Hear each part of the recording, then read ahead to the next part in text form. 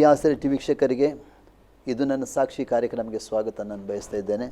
ಪ್ರಿಯರೇ, ನೀವು ಹಲವು ಸಮಯಗಳಿಂದ ನಮ್ಮ ಆಸರೆ ಟಿ ವಿಯಲ್ಲಿ ಇದು ನನ್ನ ಸಾಕ್ಷಿ ಎಂಬ ಸಾಕ್ಷಿಯನ್ನು ಕೇಳ್ತಾ ಇದ್ದೀರಿ. ಸಾಕ್ಷಿ ಅಂದರೆ ಕೂಡ ನಾವು ನಮ್ಮ ಹಳೆಯ ಜೀವಿತದಿಂದ ಹೇಗೆ ಕ್ರಿಸ್ತನಲ್ಲಿ ಬರುವಂಥದ್ದು ಅಂತ ನಾವು ತಿಳಿಯಪಡಿಸುವಂಥದ್ದೇ ಸಾಕ್ಷಿಯಾಗಿದೆ. ಯೇಸು ಸ್ವಾಮಿ ಕೂಡ ಹೇಳಿದ್ದಾನೆ, ನನ್ನ ಸಾಕ್ಷಿಗಳಾಗಿರಿ ಅಂತ. ಅಂದರೆ ನಾವು ಕ್ರಿಸ್ತನ ಸಾಕ್ಷಿಗಳಾಗಬೇಕಾದ್ರೆ ನಾವು ಏನೆಲ್ಲ ಮಾಡಬೇಕು, ನಾವು ಹೇಗೆ ನಮ್ಮ ಜೀವನ ಇತ್ತು ಮತ್ತು ಹೇಗೆ ಆಗ್ತದೆ, ಮತ್ತು ಕ್ರಿಸ್ತನಲ್ಲಿ ಇದ್ದ ನಂತರ ಹೇಗೆ ನಾವು ಸಾಕ್ಷಿಯಾಗಿರ್ತೇವೆ ಅಂತ ತಿಳ್ಕೊಳ್ಳುವಂಥದ್ದೇ ಸಾಕ್ಷಿಯಾಗಿರ್ತದೆ. ಇವತ್ತು ನಮ್ಮ ಮಧ್ಯದಲ್ಲಿ ಮಂಗಳೂರಿನ ಸುರತ್ಕಲ್ನಲ್ಲಿ ಸೇವೆ ಮಾಡಿದ ಪಾಸ್ಟರ್ ಎಂ ಸುರೇಶ್ ಅವರ ಧರ್ಮಪತ್ನಿಯಾದ ಸಹೋದರಿ ಲತಾ ಸುರೇಶ್ ನಮ್ಮ ಮಧ್ಯದಲ್ಲಿದ್ದಾರೆ. ಅವರನ್ನು ಕೂಡ ನಾನು ಆಸರೆ ಟಿ ವಿ ಪರವಾಗಿ, ವೀಕ್ಷಕರ ಪರವಾಗಿ ನಾನು ಅವರನ್ನು ಸ್ವಾಗತ ಮಾಡ್ತೇನೆ. ಸಿಸ್ಟರ್, ನಿಮಗೆ ನಮ್ಮ ಆಸರೆ ಟಿ ವಿಗೆ ಸ್ವಾಗತ. ತುಂಬ ಸಂತೋಷ ನಮ್ಮ ಮಧ್ಯದಲ್ಲಿ ಬಂದು ನಿಮ್ಮ ಸಾಕ್ಷಿಯನ್ನು ನಮ್ಮೊಟ್ಟಿಗೆ ಜನರಿಗೆ, ನಮ್ಮ ವೀಕ್ಷಕರಿಗೆ, ಮುಖ್ಯವಾಗಿ ನಮ್ಮ ವೀಕ್ಷಕರಿಗೆ, ಅಂದರೆ ಅನೇಕ ವೀಕ್ಷಕರು ನಮಗಿದ್ದಾರೆ, ಬೇರೆ ಬೇರೆ ಹಿನ್ನೆಲೆಯವರಿದ್ದಾರೆ. ಅಂದರೆ ಸಾಕ್ಷಿ ಹೇಳೋದಂದರೆ ಯಾವ ರೀತಿ ನಾವು ಇದ್ದೇವೆ, ಯಾವ ರೀತಿ ನಮ್ಮ ಜೀವಿತ ದೇವರು ಮಾರ್ಪಡಿಸ್ತಂತ. ಸಿಸ್ಟರ್, ನೀವು ಯಾವ ಊರಿನವರು ಸಿಸ್ಟರ್? ನಾವು ಹಾಸನವರು. ಹಾಸನದವರೇ. ಅಂದರೆ ಹಾಸನದಲ್ಲಿ ಹಾಸನಿಂದ ಒಂದು 15 ಕಿಲೋಮೀಟ್ರ್, ಒಂದು 30 ಕಿಲೋಮೀಟ್ರ್ ದೂರ ಕಾರಕೆರೆ ಅಂತ, ಅಂದರೆ ಸ್ವಲ್ಪ ವಿಲೇಜ್. ಅಂದರೆ ನೀವು ಹುಟ್ಟಿದ್ದು ಕಾರಕೆರೆಯಲ್ಲಿ. ಎಷ್ಟು ಜನ ಮಕ್ಕಳು? 4 ಜನ. ನೀವು ಅದರಲ್ಲಿ? ನಾನು ಎರಡನೇವಳು. ನೀವೆರಡು. ಅದರ ಹಿಂದೆ ಅಣ್ಣ ತಮ್ಮ? ಮೊದಲನವನು ಅಣ್ಣ, ನಂತರ ನಾನು, ನಂತರ ತಂಗಿ, ನಂತರ ತಮ್ಮ. 4 ಜನ. ಅಂದರೆ ನೀವು ಅಲ್ಲಿ ಕಾರಕೆರೆ ಸ್ವಂತ ನಿಮಗೆ ಜಮೀನೇನು ಉಂಟಾ? ಏನೆಲ್ಲ ಇದೆ? ಏನು ಮಾಡ್ತೀರಿ? ತೋಟ ಇದೆ, ಮತ್ತೆ ಹೀಗೆ ಗದ್ದೆ ಇದೆ. ಏನು ತೋಟ ಮಾಡ್ತೀರಿ? ತೆಂಗಿನ ತೋಟ ಮಾತ್ರ. ತೆಂಗಿನ ತೋಟ ಒಂದು 7 ಎಕರೆ ಅಷ್ಟು. ಅಂದರೆ ನಿಮಗೆ ತೋಟ ಜಮೀನು ಬಿಟ್ಟರೆ ಬೇರೆ ಏನು ಕೆಲಸ? ಬೇರೆ ನನ್ನ ತಂದೆ ಗೌರ್ಮೆಂಟ್ ಜಾಬಲ್ಲಿ ಇದ್ರು, ಹೆಡ್ ಮಾಸ್ಟರ್ ಆಗಿ ಕೆಲಸ ಮಾಡ್ತಾ ಇದ್ರು. ಯಾವುದರಲ್ಲಿ?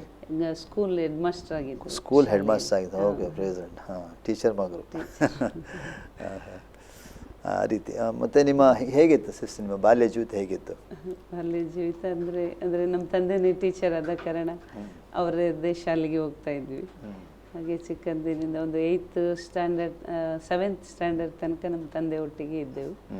ನಂತರ ಪುನಃ ಸಿಟಿಗೆ ತಂದು ನಮ್ಮನ್ನು ಹಾಸ್ಟೆಲ್ಗೆ ಹಾಕಿ, ಚೆನ್ನಾಗಿ ಓದಬೇಕು ನಮ್ಮ ಮಕ್ಕಳು, ಹಳ್ಳಿಯಲ್ಲಿ ಇರಬಾರ್ದು ಅಂತೇಳಿ ನನ್ನ ತಂದೆ ತಾಯಿ ತುಂಬ ಇದು ಮಾಡ್ತಿದ್ರು. ಹಾಗೆ ನನ್ನನ್ನು 8th ತಂದು ಹಾಸನಲ್ಲಿ ಹಾಸ್ಟೆಲ್ಗೆ ಹಾಕಿ ಅಲ್ಲಿ ನಾನು ಓದ್ತಾ ಇದ್ದೆ. ಅಂದರೆ 8th ಸ್ಟ್ಯಾಂಡರ್ಡ್ಗೆ ನೀವು ಹಾಸನಕ್ಕೆ ಬಂದಿದ್ದಕ್ಕೆ? ಹೈಸ್ಕೂಲ್ಗೆ. ಮತ್ತೆ ಅಲ್ಲಿ ವಿದ್ಯಾಭ್ಯಾಸ ಮುಂದುವರಿಸಿ? ಯಾವ ಸ್ಕೂಲಲ್ಲಿ ವಿದ್ಯಾಭ್ಯಾಸ ಮಾಡಿದ್ರಿ? ಅಲ್ಲಿ KRCT ಅಂತ ಒಂದು ಸ್ಕೂಲ್ ಇತ್ತು, ಆ ಒಂದು ಶಾಲೆಯಲ್ಲಿ ಓದ್ತಾ ಇದ್ದೆ. SSLC ಅಲ್ಲಿಯೇ ಮುಗೀತು. ನಂತರ ಪುನಃ ಇನ್ನು ಅಷ್ಟೊತ್ತಿಗೆ ಸ್ವಲ್ಪ ನಾವು ಮನೆಯಲ್ಲಿ ಕಷ್ಟಗಳು, ಸಮಸ್ಯೆಗಳು ಸ್ವಲ್ಪ ಹೆಚ್ಚಾಗ್ತಾ ಇತ್ತು. ಅಪ್ಪ ಮಾಸ್ಟರ್ ಆದ್ರೂ ಕೂಡ ಮನೇಲಿ ಏನು ಬಡತನ ಏನಾದ್ರೂ ಏನು ಸಮಸ್ಯೆ ಇತ್ತು ಸಿಸ್ಟರ್? ಅಂದರೆ ಸಮಸ್ಯೆ ಅಂದರೆ ಒಂದು ತೋಟ ಇದೆ, ಅದರ ವ್ಯವಸಾಯ ಎಲ್ಲ ಮಾಡ್ತಾ ಇದ್ರು. ಮತ್ತು ತಂದೆ ಹೆಡ್ ಮಾಸ್ಟರ್ ಆದ ಕಾರಣ ಶಾಲೆಗೆ ಹೋಗಿ ಬರ್ತಿದ್ರು. ಗೌರ್ಮೆಂಟ್ ಎಂಪ್ಲಾಯ್ ಆಗೋದ್ರಿಂದ ಒಳ್ಳೆ ಸ್ಯಾಲ್ರಿ ಕೂಡ ಇತ್ತು. ಆದರೆ ನನ್ನ ತಂಗಿಗೆ ಮನೆಯಲ್ಲಿ ಹುಷಾರಿರ್ತಿರ್ಲಿಲ್ಲ. ಯಾವಾಗಲೂ ಅವಳು ಬ್ಲಡ್ ವಾಮಿಟ್ ಮಾಡ್ತಾ ಇದ್ಲು. ಅಂದರೆ ಅವಳು ಇನ್ನೂ ಒಂದು 5th ಸ್ಟ್ಯಾಂಡರ್ಡ್, ಒಂದು ಚಿಕ್ಕವಳು, ಅಷ್ಟು ಚಿಕ್ಕ ವಯಸ್ಸಿನಲ್ಲಿ ಅವಳು ರಕ್ತವಾಂತಿ ಮಾಡ್ತಾ ಇದ್ಲು. ಹಾಗೆ ತುಂಬ ಎಲ್ಲ ಕಡೆ ನಮ್ಮ ಏನೇನೋ ಇದು ಡಾಕ್ಟರ್ದ ಕಡೆ ಎಲ್ಲ ಹೋಗಿ ತಂದೆ ತಾಯಿಗಳು ಗುಣಪಡಿಸೋದಕ್ಕೋಸ್ಕರ ತುಂಬ ಅವಳನ್ನು ಕರ್ಕೊಂಡು ಒಂದೊಂದು ಹಾಸ್ಪಿಟಲ್ಗೆ ಹೋಗ್ತಾ ಇದ್ರು. ಹಾಗಾಗಿ ನಾವು ಎಜುಕೇಷನ್ ಕೂಡ ತುಂಬ ಮುಂದೆ ಕಂಟಿನ್ಯೂ ಮಾಡಲಿಕ್ಕೆ ಆಗಲಿಲ್ಲ. ಹಾಗೆ ಮನೆಯಲ್ಲಿ ನೋಡ್ಕೊಳ್ಬೇಕಾಯ್ತಾಗಿತ್ತು. ಹಾಗೆ ತಾಯಿ ತಂದೆ ಅದರಲ್ಲಿಯೇ ತುಂಬ ಡಿಪ್ರೆಷನ್ ಆದ ಹಾಗೆ ಆದರು. ಮತ್ತು ಅವ್ರಿಗೂ ಕೂಡ ಯಾವಾಗಲೂ ಹುಷಾರಿರ್ತಿರ್ಲಿಲ್ಲ, ತಾಯಿಗೆ ಮತ್ತು ತಂದೆಗೆ. ಏನಿರಲಿಲ್ಲ, ಅದೇನಿರಲಿಲ್ಲ. ಅವರ ತಂಗಿಯ ಸಮಸ್ಯೆ ಅಂದರೆ ಅದು ಹಾಸ್ಪಿಟಲ್ನಲ್ಲಿ ನೋಡುವಾಗ ಯಾವುದೇ ಆದ ಬ್ಲಡ್ ವಾಮಿಟ್ ಆಗುವಾಗ ಹೇಳ್ತಿದ್ರು ಅದು ಬ್ಲಡ್ ಕ್ಯಾನ್ಸರ್ ಇದ್ದರೆ ಮಾತ್ರ ಬ್ಲಡ್ ವಾಮಿಟ್ ಮಾಡ್ತಾರೆ. ಆದರೆ ಇವಳಿಗೆ ಯಾವುದೇ ಒಂದು ಯಾವುದು ಇಲ್ಲ. ಇದು ಏನಂತ ರಿಪೋರ್ಟ್ ಎಲ್ಲ ನಾರ್ಮಲ್ ಇದೆ ಅಂತ ಹೇಳಿ ಅದಕ್ಕೆ ಇವಳಿಲ್ಲಿ ಬ್ಲಡ್ ವಾಮಿಟ್ ಮಾಡ್ತಾನೆ ಇದ್ಲು. ಅಂದ್ರೆ ಯಾವಾಗಲಾಗಿ ಅಪರೂಪ ಇಲ್ಲ, ಯಾವಾಗಲೂ ಹಾಗೆ ಆಗ್ತಾ ಇತ್ತು. ಹಾಗೆ ದಿನದಿಂದ ಮಗು ತುಂಬ ಸಾಯುವ ಸ್ಟೇಜ್ನಲ್ಲಿ ಬಂದಿದ್ಲು. ಅನಂತರ ಅವರು ಡಾಕ್ಟರ್ ಹೇಳಿದ್ರೆ ಇದು ಯಾವುದು ಹಾಸ್ಪಿಟಲ್ ಅದೇನೂ ಇಲ್ಲ, ಇದೇನೋ ನಿಮ್ಮ ದೇವರುಗಳದ್ದೇನಾದರೂ ಇರ್ಬೋದು. ಹಿನ್ನೆಲೆ ಏನು ಸಿಸ್ಟರ್? ನಾವು ಆಕ್ಚುಲಿ ಹಿಂದೂ ಹಿನ್ನೆಲೆ. ಹಾಗೆ ಅದರಲ್ಲಿ ಹಿಂದೂಗಳಲ್ಲಿ ಶೆಟ್ರಿಗೆ ಬರ್ತೇವೆ ನಾವು. ಹಿನ್ನೆಲೆ ಹಾಗೆ ನೀವು ಅದೆಲ್ಲ ಏನು ಮಾಡ್ಲಿಕ್ಕಿದ್ರೆ ಮಾಡಲಿಲ್ಲ, ಮಾಡಿ ಕೂಡ ಅವರಿಗೆ ಏನಿಲ್ಲ. ಅಂದರೆ ತುಂಬ ಒಂದೊಂದು ಹೇಳ್ತಿದ್ರು, ನಮ್ಮ ಕೆಲವು ದೇವರುಗಳಿಗೆಲ್ಲ ಅರಿಕೆ ಮಾಡ್ಕೊಳ್ತಾ ಇದ್ರು, ಈ ನನ್ನ ಮಗಳನ್ನು ಗುಣ ಮಾಡು ಅಂತೇಳಿ. ಎಲ್ಲ ನನ್ನ ತಂದೆ ತಾಯಿ ಅವಳನ್ನು ಕರ್ಕೊಂಡು ಓಡಾಡ್ತಾ ಇದ್ರು. ಅಂದ್ರೆ ಒಂದೊಂದು ಕಡೆಯಲ್ಲಿ ಹೋದ್ರೆ ಇಷ್ಟು ಖರ್ಚಾಗ್ತದೆ, ಅವರಿಗೆ ಕೊಡುವಂತ ಕಾಣಿಕೆ ಬೇರೆ, ತಗೊಂಡು ಹೋಗೋದು ವಸ್ತುಗಳು ಬೇರೆ, ಅದಕ್ಕೆಲ್ಲ ಖರ್ಚು ತುಂಬಾ ಆಗ್ತಾ ಇತ್ತು. ಹಾಗಾಗಿ ಮನೆಯಲ್ಲಿ ಸ್ವಲ್ಪ ಹೀಗೆ ಬಡತನ ಕೂಡ ಹೆಚ್ಚಾಗ್ತಾ ಬರ್ತಾ ಇತ್ತು. ಹಾಗೆ ನಾವು ತುಂಬ ಅಂದರೆ ಅದೇ ಆರ್ಥಿಕವಾಗಿ ಹೊರಗೆ ನೋಡುವಾಗ ಗೌರ್ಮೆಂಟ್ ಜಾಬಲ್ಲಿ ಇದ್ದಾರೆ ಮಾಸ್ಟ್ರು, ಅವ್ರಿಗೇನು ಚಿಂತೆ ಇಲ್ಲ ಅಂತ. ಆದರೆ ಒಳಗಡೆ ಈ ರೀತಿಯಲ್ಲೆಲ್ಲ ತುಂಬ ಕಷ್ಟವನ್ನು ಅನುಭವಿಸ್ತಾ ಇದ್ದೆವು. ನೀವು ಎಷ್ಟನೇ ಕ್ಲಾಸ್ ತನಕ ಹೋದ್ರಿ ಸರ್? ನಾನು ಆಕ್ಚುಲಿ SLC ತನಕ ಓದಿದ್ದೇನು. ಮತ್ತೆ ನಂತರ ಅದೇ ನಾವು ಮತ್ತೆ ಮನೆಯಲ್ಲಿ ಜಮೀನ್ ಅಂದರೆ ಮನೆಯಲ್ಲಿ ಅಡಿಗೆ ಮಾಡ್ಕೊಂಡಿರ್ತಾ ಇದ್ದೆವು. ಹಾಗೆ ತೋಟಕ್ಕೇನು ಮಕ್ಕಳನ್ನು ಕರ್ಕೊಂಡು ಹೋಗ್ತಿರ್ಲಿಲ್ಲ ತಂದೆ. ಹಾಗೆ ಮನೆಯಲ್ಲಿ ಅಡಿಗೆ ಮಾಡಿ ತಂದೆ ತಾಯಿಗಳನ್ನ ನೋಡ್ಕೊಳ್ತಾ ಇದ್ವಿ. ತಾಯಿ ಕೂಡ ಮನೆಯಲ್ಲೇ. ಹೌದು. ಮತ್ತು ಅವ್ರಿಗೂ ಕೂಡ ವರ್ಷಕ್ಕೊಮ್ಮೆ ಟೈಫಾಯ್ಡಲ್ಲಿ ಇಬ್ಬರು ತಂದೆ ತಾಯಿ ಮಲಗ್ತಾ ಇದ್ರು. ಹಾಗಾಗಿ ಅವರು ನಮ್ಮನ್ನು ಮನೆಯಲ್ಲಿ ಇರಲಿಕ್ಕೆ. ಮತ್ತೆ ಈಗ ಮನೆಯಲ್ಲಿ ಇದ್ರಲ್ಲ, ಏನಾದರೂ ಬೇರೆ ಕೆಲಸ ಏನಾದರೂ ಮಾಡ್ಲಿಕ್ಕೆ ಪ್ರಾರಂಭ ಮಾಡಿ? ಹಾಗೆ ಏನಿಲ್ಲ, ಮನೆಯದ್ದೇ ಕೆಲಸ ಮನೆಯದ್ದು ಮಾತ್ರ ಕೆಲಸ. ಮತ್ತೆ ನೀವು ಬೆಳೆದು ಬರುವಾಗ ಹೇಗೆ ನಿಮಗೆ ದೇವರ ವಾಕ್ಯ ಹೇಗೆ ಸಿಕ್ಕಿತು ಸರ್? ಅಂದರೆ ವಾಕ್ಯ ಅದೇ ನಾನು ಹಾಸನಲ್ಲಿ ನಾವು ಸಿಟಿಗೆ ಹಾಕಿದ್ರಲ್ಲ 8th ಸ್ಟ್ಯಾಂಡರ್ಡ್ ಅಂತ, ಆವಾಗ ನಾವು ಓದ್ತಾ ಇರುವಾಗ ರೂಮ್ ಮಾಡಿಕೊಂಡು ನನ್ನ ಅಣ್ಣ ಮತ್ತು ನಾನು ಇದ್ದೆವು. ಆವಾಗ ಪಕ್ಕದ ಮನೆಯಲ್ಲಿ ಒಬ್ಬರು ಆಂಟಿ, ಅವರು ಓನರು, ಅವರಿಗೆ ಹೇಳ್ತಾ ಇದ್ದೆವು, ಹೀಗೆ ನಮ್ಮ ಮನೆಯಲ್ಲೆಲ್ಲ ತುಂಬ ಸಮಸ್ಯೆ, ನನ್ನ ತಂಗಿ ಈ ರೀತಿಯಲ್ಲಿ ಸಾಯುವ ಸ್ಟೇಜಲ್ಲಿ ಇದ್ದಾಳೆ, ಎಲ್ಲ ಕಡೆ ನಾವು ಓದೆವು, ಎಲ್ಲೂ ಗುಣ ಆಗಲಿಲ್ಲ ಅಂತ ಎಲ್ಲ ಅವ್ರ ಹತ್ರ ಮಾತನಾಡುವಾಗ ಅವ್ರು ಹೇಳಿದರು, ಅವರು ಒಬ್ಬರು ಕ್ರೈಸ್ತರಾಗಿದ್ದರು. ಹಾಗೆ ಅವರು ಹೇಳಿದರು, ನೀವು ಎಲ್ಲ ದೇವರ ಹತ್ರ ಹೋದ್ರ ಯಾವ ದೇವರು ಗುಣ ಮಾಡಲಿಲ್ವ ಅಂತ ಕೇಳಿದರು. ಹಾಗೆ ಹೌದು, ನಾವು ಹೋಗಿದ್ವಿ. ಆದರೆ ಅಲ್ಲಿ ಕೂಡ ಸ್ವಲ್ಪ ಸಮಯ ಸಮಾಧಾನ ಆದ ಹಾಗೆ ಅನಿಸ್ತಿತ್ತು. ಮತ್ತೆ ಬಂದಾಗ ಮನೆಯಲ್ಲಿ ಪುನಃ ಅದು ಬ್ಲಡ್ ವಾಮಿಟ್ ಮಾಡಿ ತುಂಬಾ ಕಷ್ಟಪಡ್ತಾರೆ. ಜನರು ಹೇಳುವಂತ ಎಲ್ಲ ಕಡೆ ಮಾಡ್ಲಿಕ್ಕೆ ಆಗ್ತದೆ ಅದೆಲ್ಲ ಮಾಡಿ ಮುಗಿಸಿದ್ದೀವಿ. ಅಂದ್ರೆ ಜನರು ಎಲ್ಲಿ ಹೋಗ್ತಾ ಹೇಳ್ತಾರೆ ಅಲ್ಲೆಲ್ಲ ಹೋಗಿದ್ದೀರಿ. ಮತ್ತೆ ಅವ್ರು ಹೇಳಿದ್ರು, ಅವಾಗ ನೀವು ಚರ್ಚಿಗೆ ಹೋಗಿದ್ರ ಅಂತ ಕೇಳಿದ್ರು. ಇಲ್ಲ ಆಂಟಿ, ನಾವು ಅದಕ್ಕೆ ಹೋಗ್ಲಿಲ್ಲ ಅಂತ. ಹಾಗಾದ್ರೆ ನೀವೊಂದು ಪ್ರಾರ್ಥನೆ ಮಾಡ್ತಾರೆ, ಇಲ್ಲಿ ಬನ್ನಿ ನೀವು ನಮ್ಮೊಟ್ಟಿಗೆ ಅಂತ ಹೇಳಿದ್ರು. ಹಾಗೆ ನಾವು ಅವರು ಹೇಳಿದ್ರಲ್ಲ ಅಂತೇಳಿ ನೋಡುವ ಅಂತ ಅವ್ರ ಜೊತೆಯಲ್ಲಿ ಪ್ರೇಯರ್ಗೆ ಹೋದೆವು.